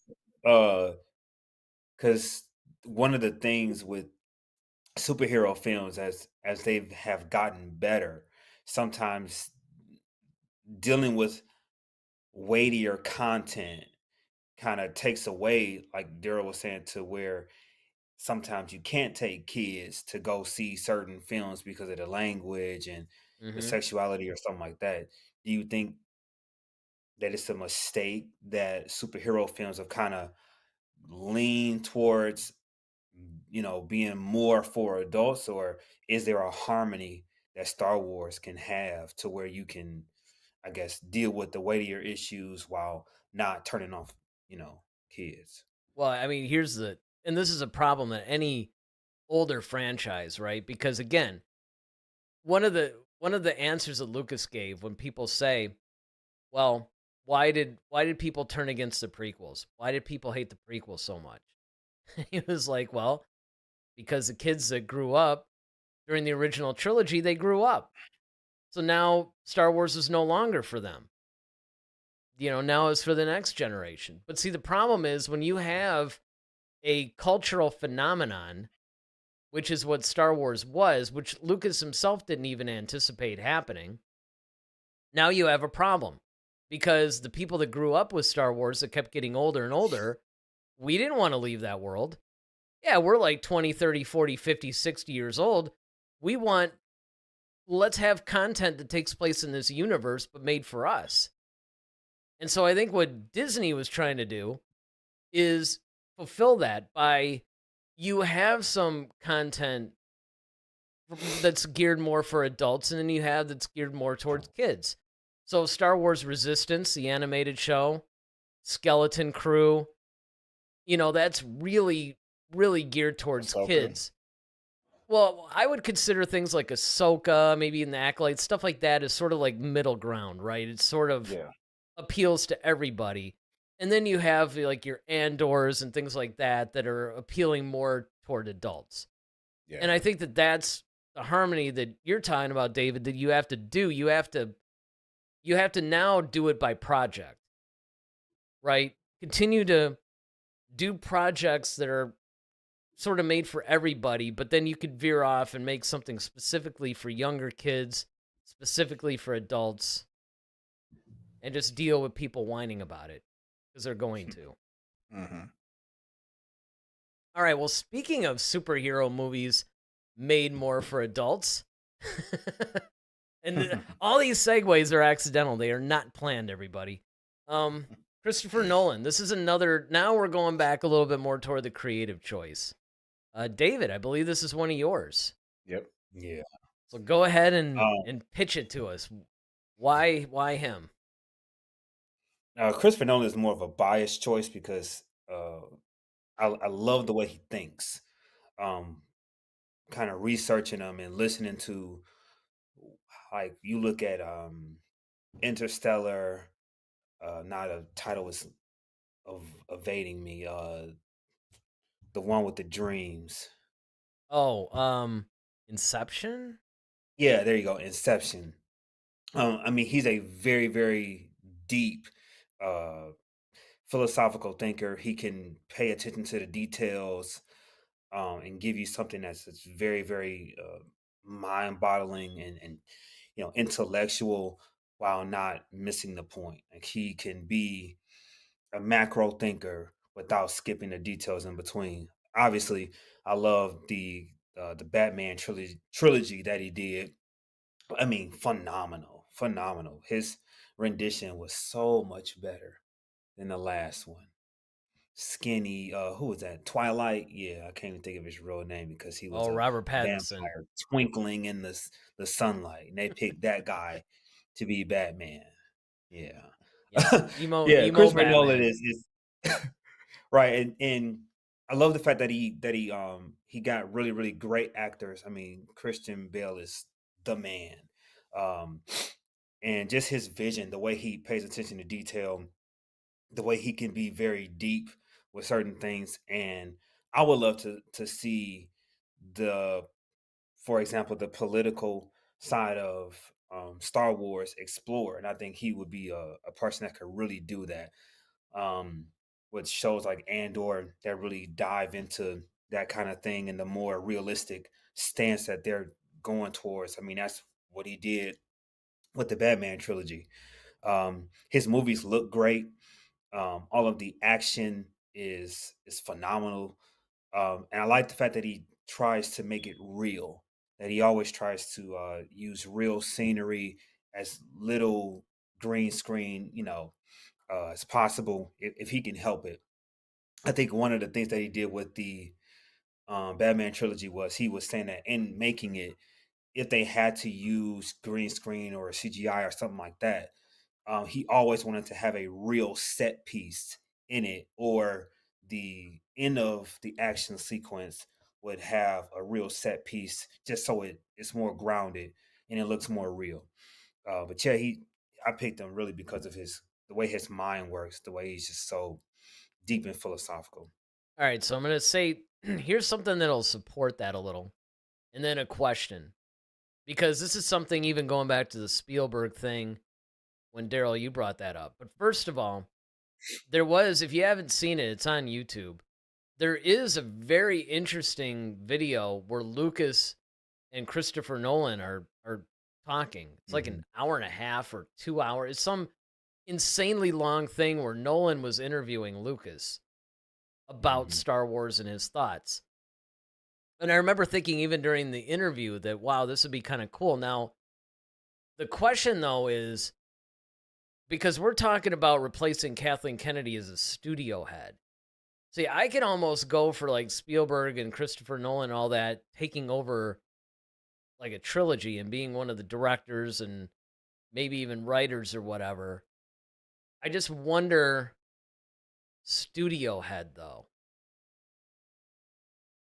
You know what I'm saying? Yeah, no, that's my point. I mean, I was gonna make that same question. It's like I think Yeah, that's I think Christopher Nolan would be a great director for Star Wars, sure. Especially like for Davis, like David said, for certain projects like Andor, things like I think he would do a really good job oh with yeah. Andor. They ever did an Andor movie, Nolan would be the guy to do that film, hands How down. Yeah, but if you're talking just to run a studio, I'm not sure though. And like I said, comparatively speaking, um, I just think that like Spielberg, because of his experience in filmmaking and understanding everything that goes into it, Well, he runs that's a just why. studio too. And that yeah, he does actually run a studio as well. So yeah, I just think that that's why I picked Spielberg. But But I mean, by the um, same token, maybe Nolan's ready to. I mean, who knows, I right? mean, that Because if might you be think the about next it, his next evolution in sure. his Because Kathleen thing. Kennedy was a producer too. Of course, she True. sucks at it. So I mean, I don't know. I don't know which point we're really proving here. But it One of is the an other interesting reasons that I choice. Oh, go ahead. One of the other reasons that I picked him was there was he made a statement that, because he was asked about his political views and why he never put it in his film, and he said it's just not the place for it. And that's one of the other reasons. Now, Mm, like with Kevin Feige, for example, obviously, right, whether it was his personal decision or not, um, the Marvel movies as of late have been, subject to wokeism. And like I say, with his films and his philosophy, he's against it. He's like, look, I don't agree with putting political commentary in my films. I don't believe in being an advocate and using movies as a platform. Hmm. And I think you need somebody that's willing to stand up to a studio and say, like, well, we want you to do this. And he's like, no. And of course, if he's the head person in charge, I think he'll implement that philosophy from the top down and say, look, this isn't, for you to rant about this particular thing or injustice that you hate to see. And you're like, look, we can use this as a platform to, make our voices heard and speak truth to power. Like, bro, that's not what this is for. And I think his, Lucasfilm needs that kind of philosophy instilled in him. Yeah, no. I mean, that's a really good point too. Mhm. And actually, that brings us to another one of your choices, David. And this guy obviously is a classic person. I mean, he's been around for a while. Everybody knows him, and he definitely fits the bill. And that's Joel Silver. I mean, we all know Joel Silver. Joel Silver has, done numerous favorite movies of all time for everybody. So I'm guessing that's probably why, because he has a proven track record. But what was behind your decision to include him in the mix for Star Wars? One of the major reasons was the Matrix. He Mm, found the Wachowskis and put that on, and much like George Lucas with Star Wars, I mean, it changed action films. I remember after the Matrix and Neo's infamous scene where he the slow motion where he bends backwards and dodges the bullets, and just the way that they did the action sequences. Even I think I saw a cartoon mimicking it, and everybody in their films were you know high oh yeah, flying and yep. It became a big defying thing. gravity and Yep. everything. And one of the other things, I mean, like I say, it changed the industry. It was very fresh and new. Um, then the other, I'm losing my thought now. um, oh, and the Matrix showed that you can blend philosophy and depth with action. And they did it in such a very good way and clever way. I mean, the monologues from Morpheus were, I mean, phenomenal, outstanding. Um, and then I looked at some of the other things that he did. Lethal Weapon, all four of those. I think he did the first two Die Hard films. Yep. Predator. I mean, anybody that takes Arnold. I mean, he's the goat. So if you take him and put him in a film, I mean, that's movie magic right there. I really like the Sherlock Holmes movies. He did those, and one of the things that really stood out to me was he did Orphan, which is a horror film. Now, Hmm. this is just my subjective view, but horror films have always been horrible to me. It's just lack imagination and story. That's just me. It's like we set up a scene and then we kill somebody. Next scene, and the dialogue is just kind of there just for filler. And it's like, all right, next scene, and then it's just a bunch of killing. How gruesome and horrible can we kill this person? Now let's kill this person. Let's kill a whole bunch. And it's just so unimaginative to me. But Orphan, I thought was a very very well done film. It's probably the only horror movie that I've seen that's like, wow, like this is really scary in the sense that it's creepy, and then you get to the end with the plot twist, and it's like, wow. So yeah, I think he's a really good choice, and because of those reasons. Yeah, and again, I mean, he's another guy. He's mostly a producer, but he could easily step into a studio head role. He's done obviously a wide variety of films, and I mean, I could see him doing it. He's another guy where I would almost want to see him do a Star Wars film though before I would hand him the reins of being a studio head. But I mean, if we're throwing names into the mix on who could do it or who should do it, I can't argue that choice. Daryl, you got anything? I completely disagree. Now just playing.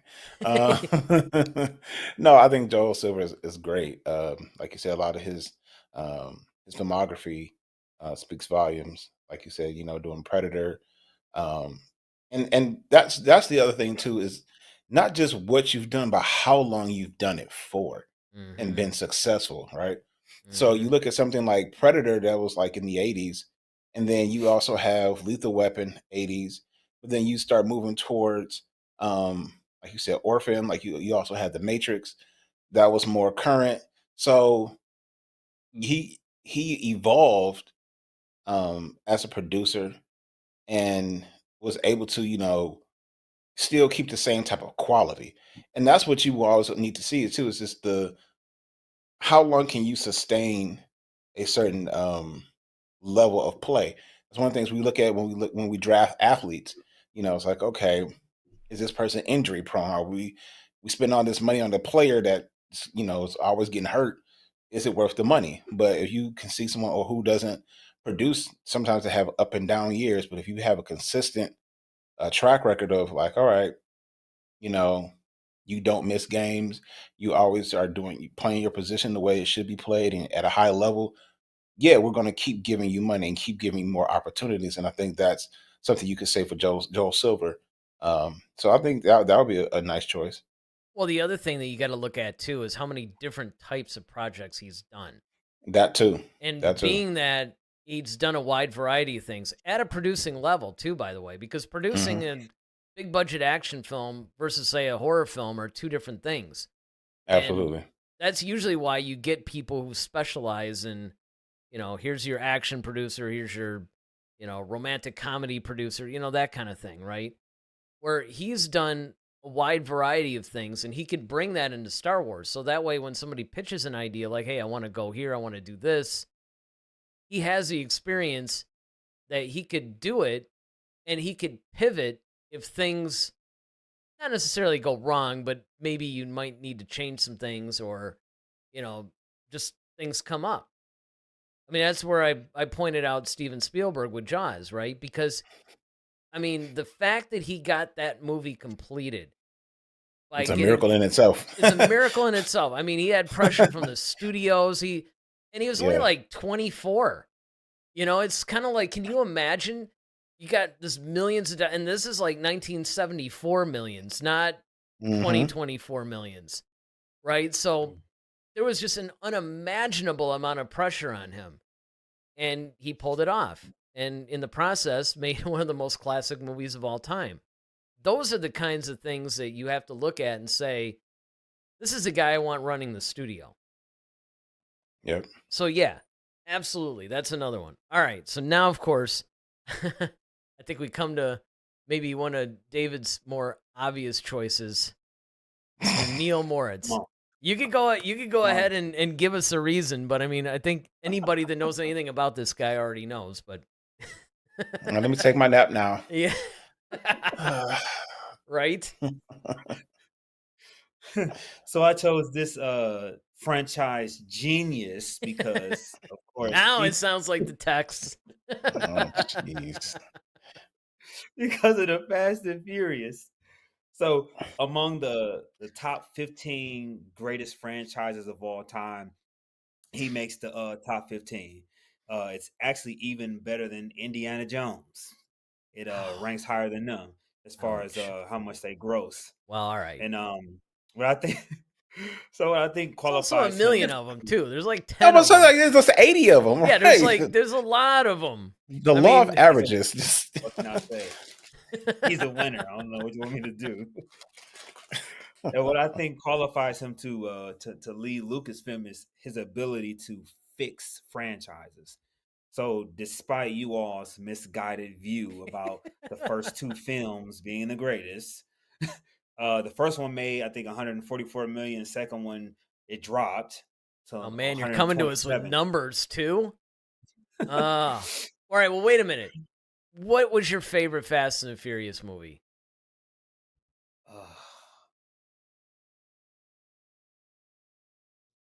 Answer anything with The Rock. Which one? Anything with The Rock. It's probably tied between the one, I think it was 7, where Jason Statham was the villain. Between that one and Fast 5. If Dwayne Johnson was at WrestleMania and Jason Statham was in the audience, that was his favorite. Yeah, but you know what? You know what's horrible? You know what? I hate to. Oh man, I kind of have to agree with him though.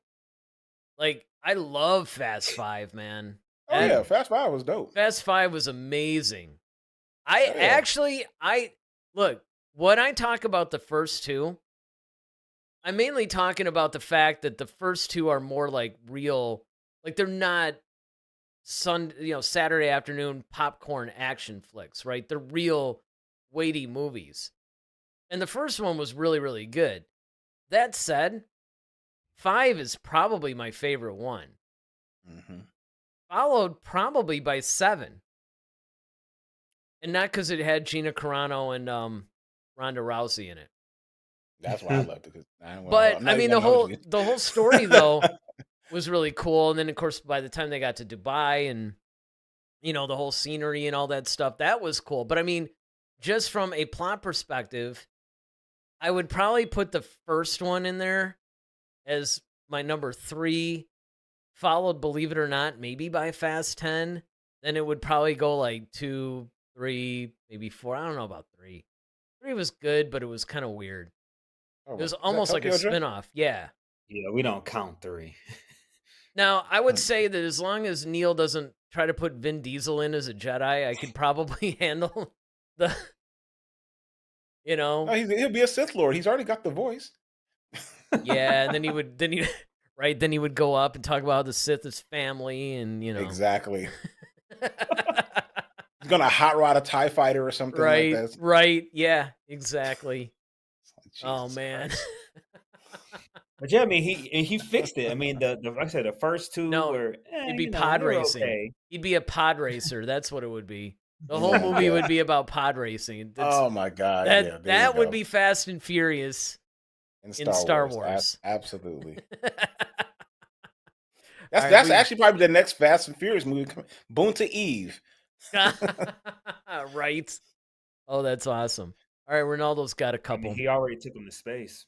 So Ronaldo agrees, which is crazy because usually, like, we all love it, but Ronaldo's choices sometimes are a little left to center. But he agrees that Fast 5 is the best, and of course, we are family, Anakin. Right. Absolutely. Oh, man. Oh, wait. Anti-Cave's Tarot is back. Says, I prefer Vin Diesel over The Rock. Oh, boy. Oh, David, no. Go ahead. Go ahead, I mean, David. You're here now. Yeah. Can't hide behind the text, my Yes, friend. Yeah, no Twitter fingers today. Come on. Yeah. That's right. You got to see. This is how we feel when you chat sometimes. No, just so no you know. passing on the hard ones. Right. You got to take the hard ones. Man, that's like preferring a gargoyle over the people's champ. You know, Vin Diesel's, you know, just there.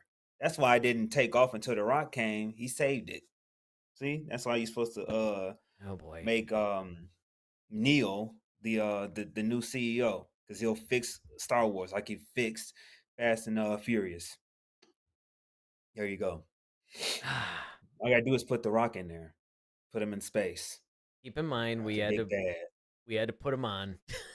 I bet you, hey, I bet you if they, you know, the new Star Wars movie, the villain is The Rock, everybody's coming. Star See Wars. how stupid it is. Maybe not for the right reasons, though. Yeah, to see how stupid it is. That's wait. So Anti K says, but maybe not for Star Wars, just in general. How is it not beneficial to have a person that's going to put butts in seats? Everybody's going to come see it. Because just like wokeism, it doesn't belong. He doesn't belong in Star Wars. Stop it. Well, I will say this. So what? Let me set the scene for you. Okay. Here comes The Rock. Raise the people's eyebrow. Come on now. Really? It's not the worst decision that they've made. You might as well, now if you want to, you might as well just put him in the acolyte. I mean, so we got people who can't act like that. You might as well throw him in there. Hey, and may I also point out that Vin Diesel did do an amazing job as Groot.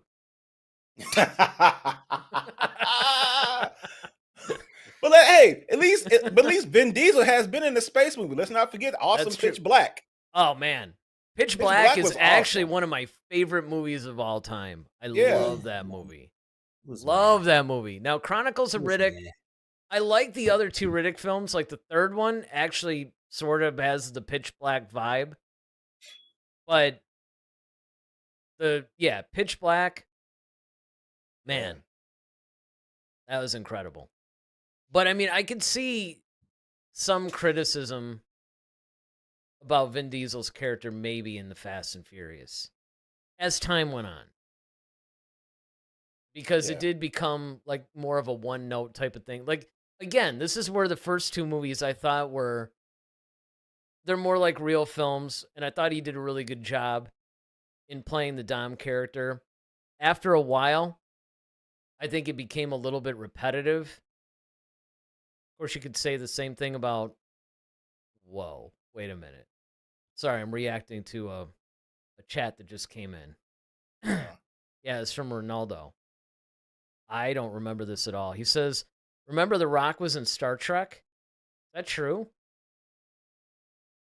He had to be like an alien or something. Like they must have had some huge alien that just needs to walk in. Because No, that can't be right. Punch that up and see if... Yeah. No way. I mean, if he was, then I guess we have to rethink some things. No, I'll still stand on business. No. Oh, wait. Ted's providing some clarification. See, that's why I like this stuff. He says it was an episode of Voyager. Really? Okay, basically, I watched Voyager. I liked Voyager, but I stopped watching after, I think, season 3. And then, of course, what's her face? Jerry Ryan came in, the 7 of 9, and then I gained a little interest back. But So Auntie K says, Star Trek is not a sell for me, LOL. Thank you. Thank you. And Ted says, UPN shows Voyager and wrestling. Yeah, imagine that. Yeah. Well, I guess you would prefer Donald Glover, huh? Oh, yeah, that's right. You were always critical. Now, why? Have you seen this? I'm glad you're on this show. Yeah, get him, Eric. Go ahead. Get him. Have you seen Community? Have you watched the show Community? I've never even heard of it. See, there you go. And that, my friend, is why you have issues with Donald Glover. You really want to see... First of all, it's an amazing show. It's got Yvette Nicole Brown. It's got Brie Larson. It's got don't say that name. Chevy Chase. It's got there's like 2 or 3 other. It's pretty, but it's a brilliant comedy. And that's where you really start to see the range, especially after like season 2 or 3, because it just, for the type of comedy and the pacing and everything, you have to be on your game. And that actually shows the range. And that was what I had said to Daryl when you were initially really critical of him as Lando. I said, you know what? I don't think he's seen Community, because that was really my introduction to Donald Glover, and that's why I was such a huge fan. So if you didn't see it, I could see that. All right. I think the his best role was in Spider-Man. Webbed to the trunk of his car. Phenomenal acting. Oh, man. All right, so the question... You're right. Donald's going to put butts in seats. The question is, well, I mean, you got to be careful about that, too. So as we're wrapping up with the question on who it should be, and if you guys have any other, out there, have any other suggestions, anybody that we didn't cover, you have a little bit of time to chat them in. And then, of course, you can leave them in the comment section. But you have to be careful, because, you can have any pop culture phenomenon, horrible actor or actress, put butts in seats. But what you want to do is you don't want to just limit it to the initial theatrical run, right? Because even the sequel trilogy technically put butts in seats. It was just after people saw it that they were like, yeah, it doesn't have that longevity, right? It doesn't have the magic that the original trilogy or even the prequels had. Yeah, it's going to feel like however I felt about the Mike Tyson fight. Ooh, I want to see Mike Tyson knock out Jake Paul. And then they see it and they're like, yeah, I could have just... I could have watched South Park Pandaverse. You know what? You know what the biggest... This is funny. You know what the biggest comment I got? That I heard all the social media, everything.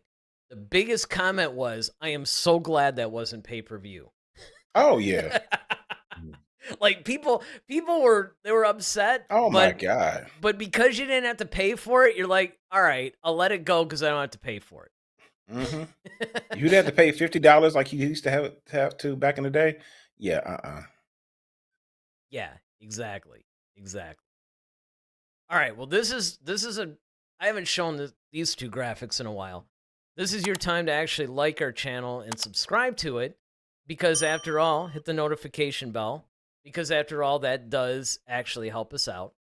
And then you see our very own wonderful viewer, David, a person who has been there from maybe not the very beginning, but a long time.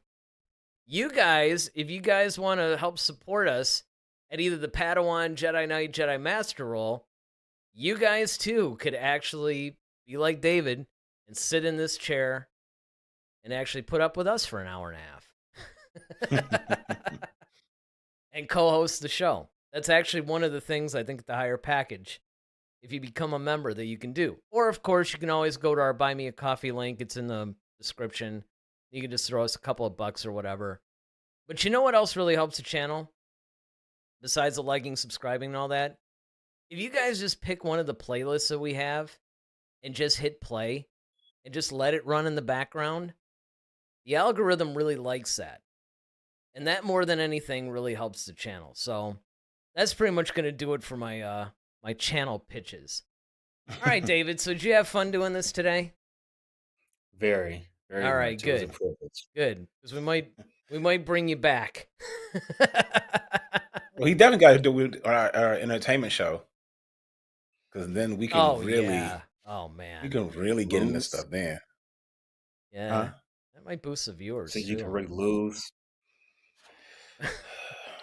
Sure, I mean, David. you picked a topic that was, not very combative. So, I Not on couldn't give you your purpose. L Remember, on lock. you were actually kind of like the substitute on this one, which, by the way, I'm really glad you were available to do. But Oh. we can always bring you back for a more combative one. He I wants don't to want get to in the ring. embarrass you, But you've been so nice.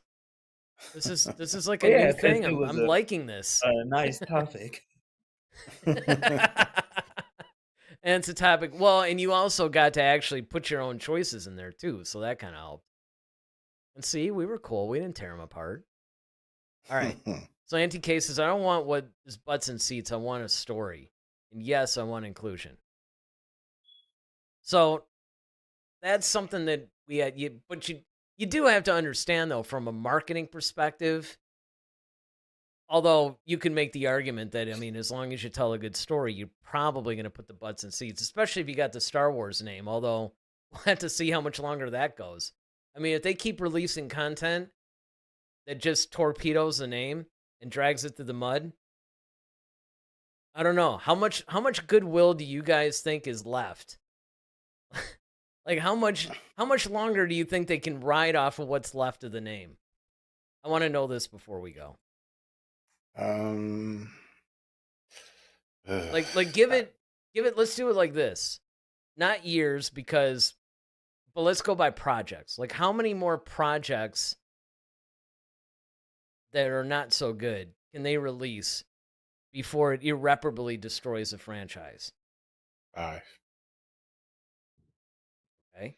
Probably, I would say maybe 2 or 3 movies, or if they have like, we're gonna do another trilogy, and if it bombs, or if the first 2 bomb, and then with maybe the Disney Plus shows, I don't know, 4. Yeah, well, that's a good point, actually, because you almost do have to gauge it by film. So let's just say The Mandalorian and Grogu is the next movie. Although I think that that's actually going to be good. I don't know why. For some reason, I think that one's going to be okay. The questionable ones to me are the Rey movie. I don't know, man. Maybe even because it really, like that James Mangold film, right? What's it, Dawn of the Jedi? Isn't that what they're calling it now? Yeah. Yeah. That one can go either way.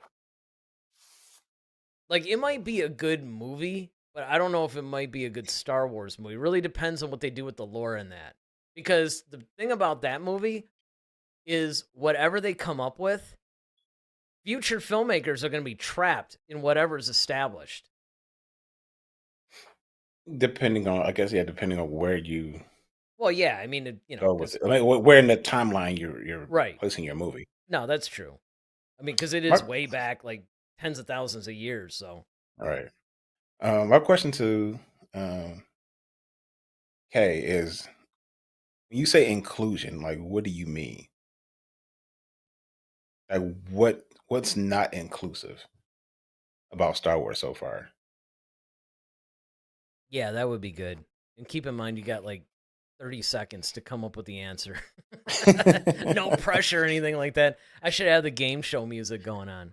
Right. Dun, dun, dun. David can sing it for you if you want.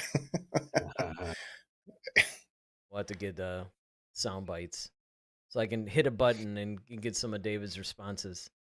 I already do I that with the think Daryl chats. said, I think Daryl said something about diversity. I think with was it Joel Silver? Silver.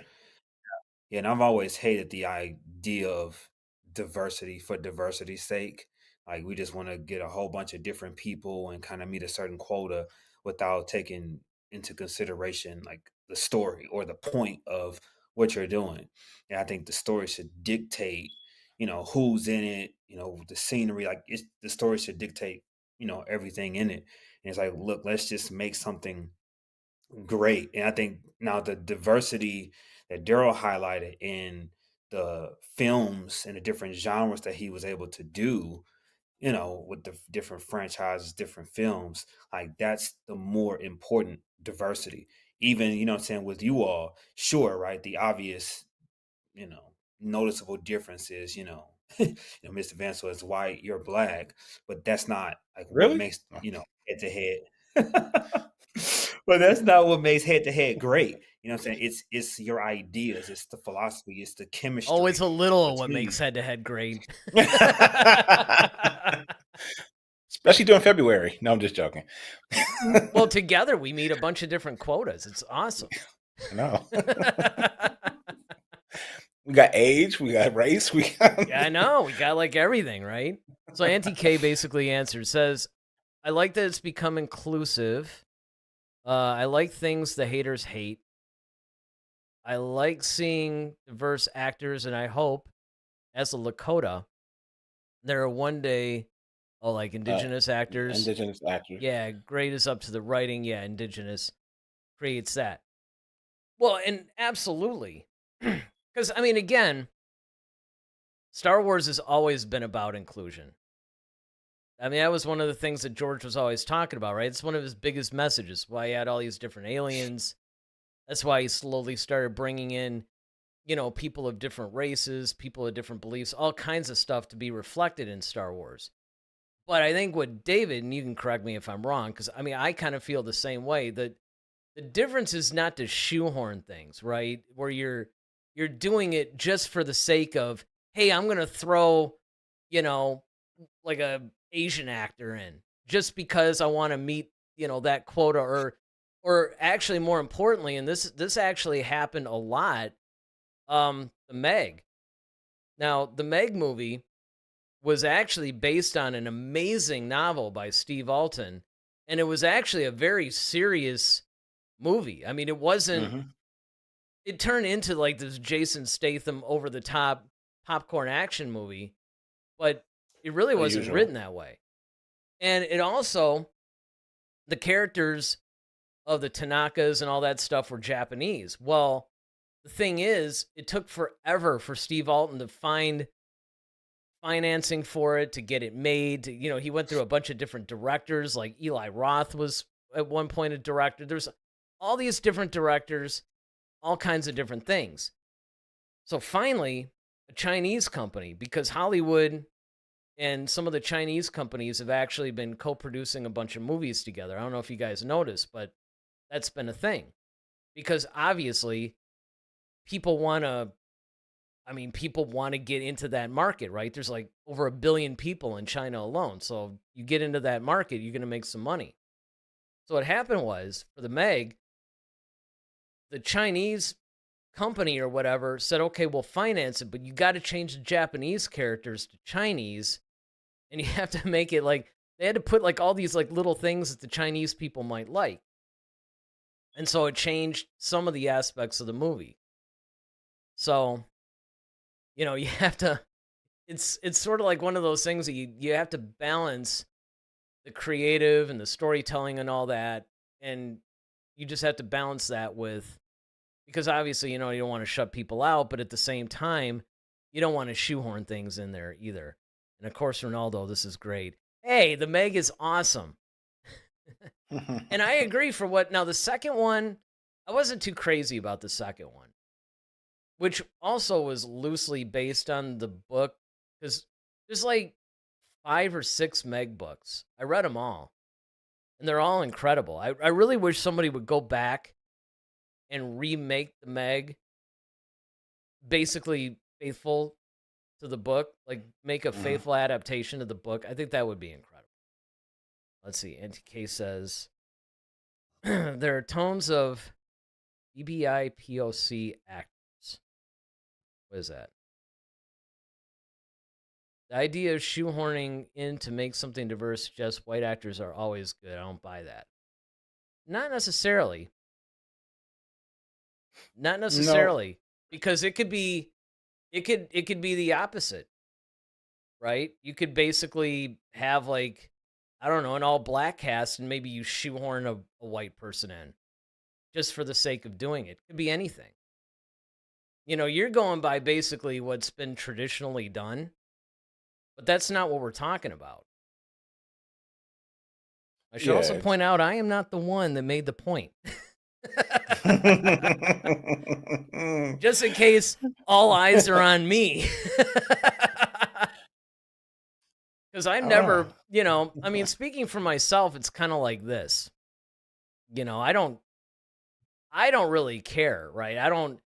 I think it's a little unnatural if you only see like one, like back in the days when they even used to, and this, they would like get white people, right, to like play Chinese actors and stuff like that, or they would, they would make a movie about Egyptian, but you get white actors and you'd like bronze them up or whatever. That was terrible, because that was truly, that's when they were doing some really shady things. Yeah, or the black shoe polish, or like right, like the old blackface thing, exactly. Yeah, but I mean, I think if you're, what we're saying is that some people, I guess essentially what we're saying is, if a person of whatever nationality or whatever belief, whatnot, is best suited to play that particular character, and so long as that character's depiction in the book or the source, if there's source material for that character isn't adverse to it, then whoever, I don't care if you're black, white, Asian, Native American, whatever, Latino, I don't care, as long as you can act, as long as you can pull off the role. Right. So my thing comes down to who is the best person for the role. Yeah, just like case in point, and I always use this as an example. There was a bunch of talk of, like, they wanted a female James Bond, and they wanted to call her James Bond. And what? Or you want to have Idris Elba, because he's a handsome British actor, okay, play James Bond, when that's not how Ian Fleming described the character of James Bond. He's this. And granted, not everyone fits that quota, sure, because Daniel Craig is definitely not like 6'2". But the thing is, it's like, okay, there's a certain, at least base level thing that you need to be able to pull off. And it's like, okay, well, he's fictional, it doesn't matter. It does, because it's, again, there's source material that says, again, that if there's no source material, like, then whatever. That's like saying Thrawn would be orange. Well, right. No, it's blue. Like, why is he orange? It doesn't make sense. So that's the only thing we're saying, is just that as long as it makes sense, and as long as the person can act and pull off the character, and it's not, that character's nationality is not adverse to the character, yeah, whatever. The Eternals tried that and it didn't work. Yeah. Yeah. Yeah. Well, and that's basically what it comes down to. It's like, because you have to be careful, right? Because a lot of times I think it's a noble thing. People are trying to right the wrongs of the past, but you could take that too far, and now you're just, it's almost like the stories and all that are secondary. The acting abilities are secondary, All right. you know. And because I absolutely 100%. You know, it's kind of like if there's source material, because if there is none, like for instance, if you're creating like these original stories in Star Wars, there's no source material for that. But if you were, say, to base it on one of the expanded universe novels or one of the comics, there might be source material for that. Mm-hmm. Okay, let's see. NTK says, yeah, but in Star Wars, we're talking about brand new characters. Well, I guess I should have read this first. At this point, over and over again, so just find a good, diverse actors. That said, the hater's still going to hate, and we know that. Oh. Well, I mean, look, Star Wars, you cannot pretend that Star Wars does not have truly toxic people, right?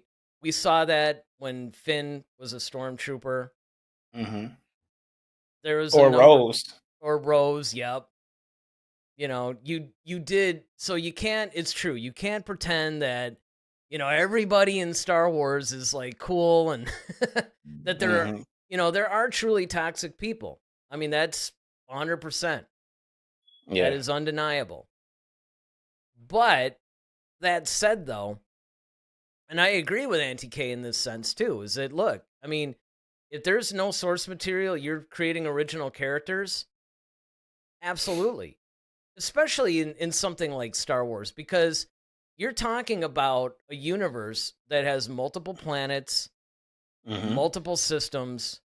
I mean, galaxies, all that. Yeah, I mean, you can't really imagine that besides all the other, you know, like your blue skin, green skin, all the alien races, right? But even the more humanoid ones, yeah, there's going to be racially diverse people. Mm-hmm. So, I mean, to do it all as like one race, no matter what the race is, I mean, that would just be unrealistic even within the source material. True. So you have to be careful about that. And I mean, I agree with you guys. My whole thing is like, you know, I don't care who it is, as long as they can act and as long as they're right for the role, hire them. Yep. I mean, I can honestly say, like, growing up, besides Han Solo, one of my other favorite characters, Lando. I love Lando when he was first introduced in Empire Strikes Back. Keep in mind, this is back in 1980. You know? I mean, these are the kinds of things as far as female characters go, too. I mean, we did a whole show, you and I, about all the amazing female characters in Star Wars. Because, you know, there was like the whole thing about, oh, all these toxic fans, you know, they can't stand female characters or something. And that, again, there are fans that are like that. And to pretend otherwise would be a mistake. But sometimes I think what happens is that you also go too far the other way, right? Like if you criticize anything, people automatically ascribe like, oh, you just don't want to see X, Y, or Z in this. You know, it's like, no, it's poor writing or it's bad direction or it's a horrible actor. Maybe it's a wrong choice for a role. It has nothing to do with what they look like or who they are. You know, it's, you have to be able to judge things objectively and on its merit too. But again, that said, I can understand the sensitivity because, you know, hey, I grew up in a time where that really wasn't always the case. So Anti-K says, I remember those days and all the white boys told me I could not be a Jedi. Wow. Hey, man. But let's not forget, because this is why, and this is another one, like Mace Windu. Yeah. Man. Hands down, probably one of the best characters in Star Wars and one of the best Jedi and second only to Yoda. That's Green. So absolutely. Yeah. And I mean, again, back then, yeah, there was a lot of, you know, racism. There was a lot of things. It was quieter sometimes, but, you know, it would come out. And you can always tell what people were really thinking, you know, by little comments. And some people just Right. like to troll too. Some people just like That's true. to. Yeah, that's another People good just want one to get a too. rise out of people because Yep. they want to see people react to it. It's just like, Mm-hmm. Mm-hmm. you know, go play That in is this, go true. traffic or something. Yeah. Anyway, yeah, this is fun, man. This is a good show. This Um, is actually, see, these are the kinds of shows I like to do where we're actually speculating about, like this, who should take over, because honestly, this is a really pivotal time, I think, in the Star Wars franchise. I think you both would agree that, first of all, somebody has to right the ship, right? Somebody mhm. has to basically take this to another level, because Kathleen Kennedy herself said, by the way, because you know how there's always been these rumors, oh, she's going to be fired tomorrow, or, whatever the case may be. She's actually talking about stepping down herself within the next year or two. So my personal feeling is she's going to maybe, I don't know, take it through the next round of films, or maybe the next couple of shows or something, and then step down. So honestly, I think that her stepping down is coming sooner rather than later. And I hope that they have a plan. I don't know if it's going to be one of the people that we mentioned today, but I hope that they have a plan to do it. So I'll let you guys, for the good of the order, right? You got any final, comments you want to say? David, we'll start with you. I just want to thank you for allowing me to be on the show. I've been watching the show and a big fan, so it's really a honor and a privilege to meet you, Mr. Vansel. Of course, I've been knowing Daryl for a long time, so great guy, great mentor. It's kind of interesting that you mentored him and he mentored me, and here we are all on the same show. The circle is now complete. Yeah, exactly. Right. So does Right. that make me I like your thought Daryl's list was really great, though.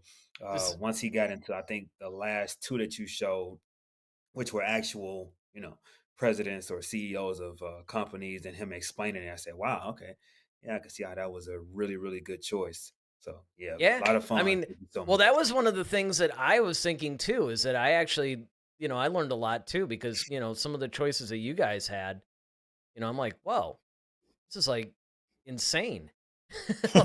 Or why didn't I think of this?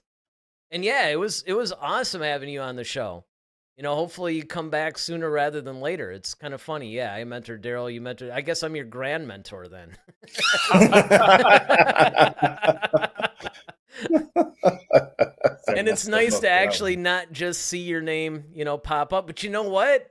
You missed your line at the beginning. You should have said, "Hello, gentlemen. It's Star Wars Day." Yes. I always miss seeing that in the chats. I was like looking for that and I didn't see it. But yeah, this is a really, really great way. I always love our Thanksgiving Eve shows because they're usually a lot of fun. They're usually a little bit looser. Not that our shows aren't Normal. already loose. Half the time we're producing them on the fly, but it's always fun to get a third person in there. So hopefully, we could bring you in periodically on stuff. And again, I mean, if there's a show that, like there's a topic where you're like, man, I'd love to talk about this with these guys, let us know. We'll check it out and we'll go, okay, cool. We'll put you on the show that week. So, Yep. all right, Daryl, you got anything else you want to say? No, man, just it's fun, of course, hanging with some of my favorite people, talking Star Wars. And of course, those of you who are chatting with us tonight, really appreciate you guys taking time out. Just want to say, everybody enjoy yourself. If you're celebrating Thanksgiving, enjoy time with your family. Be thankful for the big and the small. And we'll see you guys next time. All right, well, I'll start. I'm thankful for our audience. Oh, And you're right. This is everybody that chats in is always great. We always appreciate that. And hopefully, again, besides playing our videos in the background, or, share them. Share them with people, because, I mean, the more people we can bring in as part of our community, speaking of being inclusive, that's the thing. We'd like to just be this big group of people that likes to just talk Star Wars every week. And the fact that you guys that are watching live right now or spending your Thanksgiving Eve with us means a lot. So again, thanks again to David. I guess we should do I was going to say, it was always kind of weird when there's like 3 people, but. Oh, yeah, doing the close. Yeah. You're right. All right, so David says goodbye, and then we'll do our normal thing. Right. So I'm Eric Vansel. I'm Daryl Sanders. May the Force be with you. Always. Head to Head, a Star Wars podcast. Be sure to follow us on Twitter @HeadToHeadSW. Submit your questions for our next show.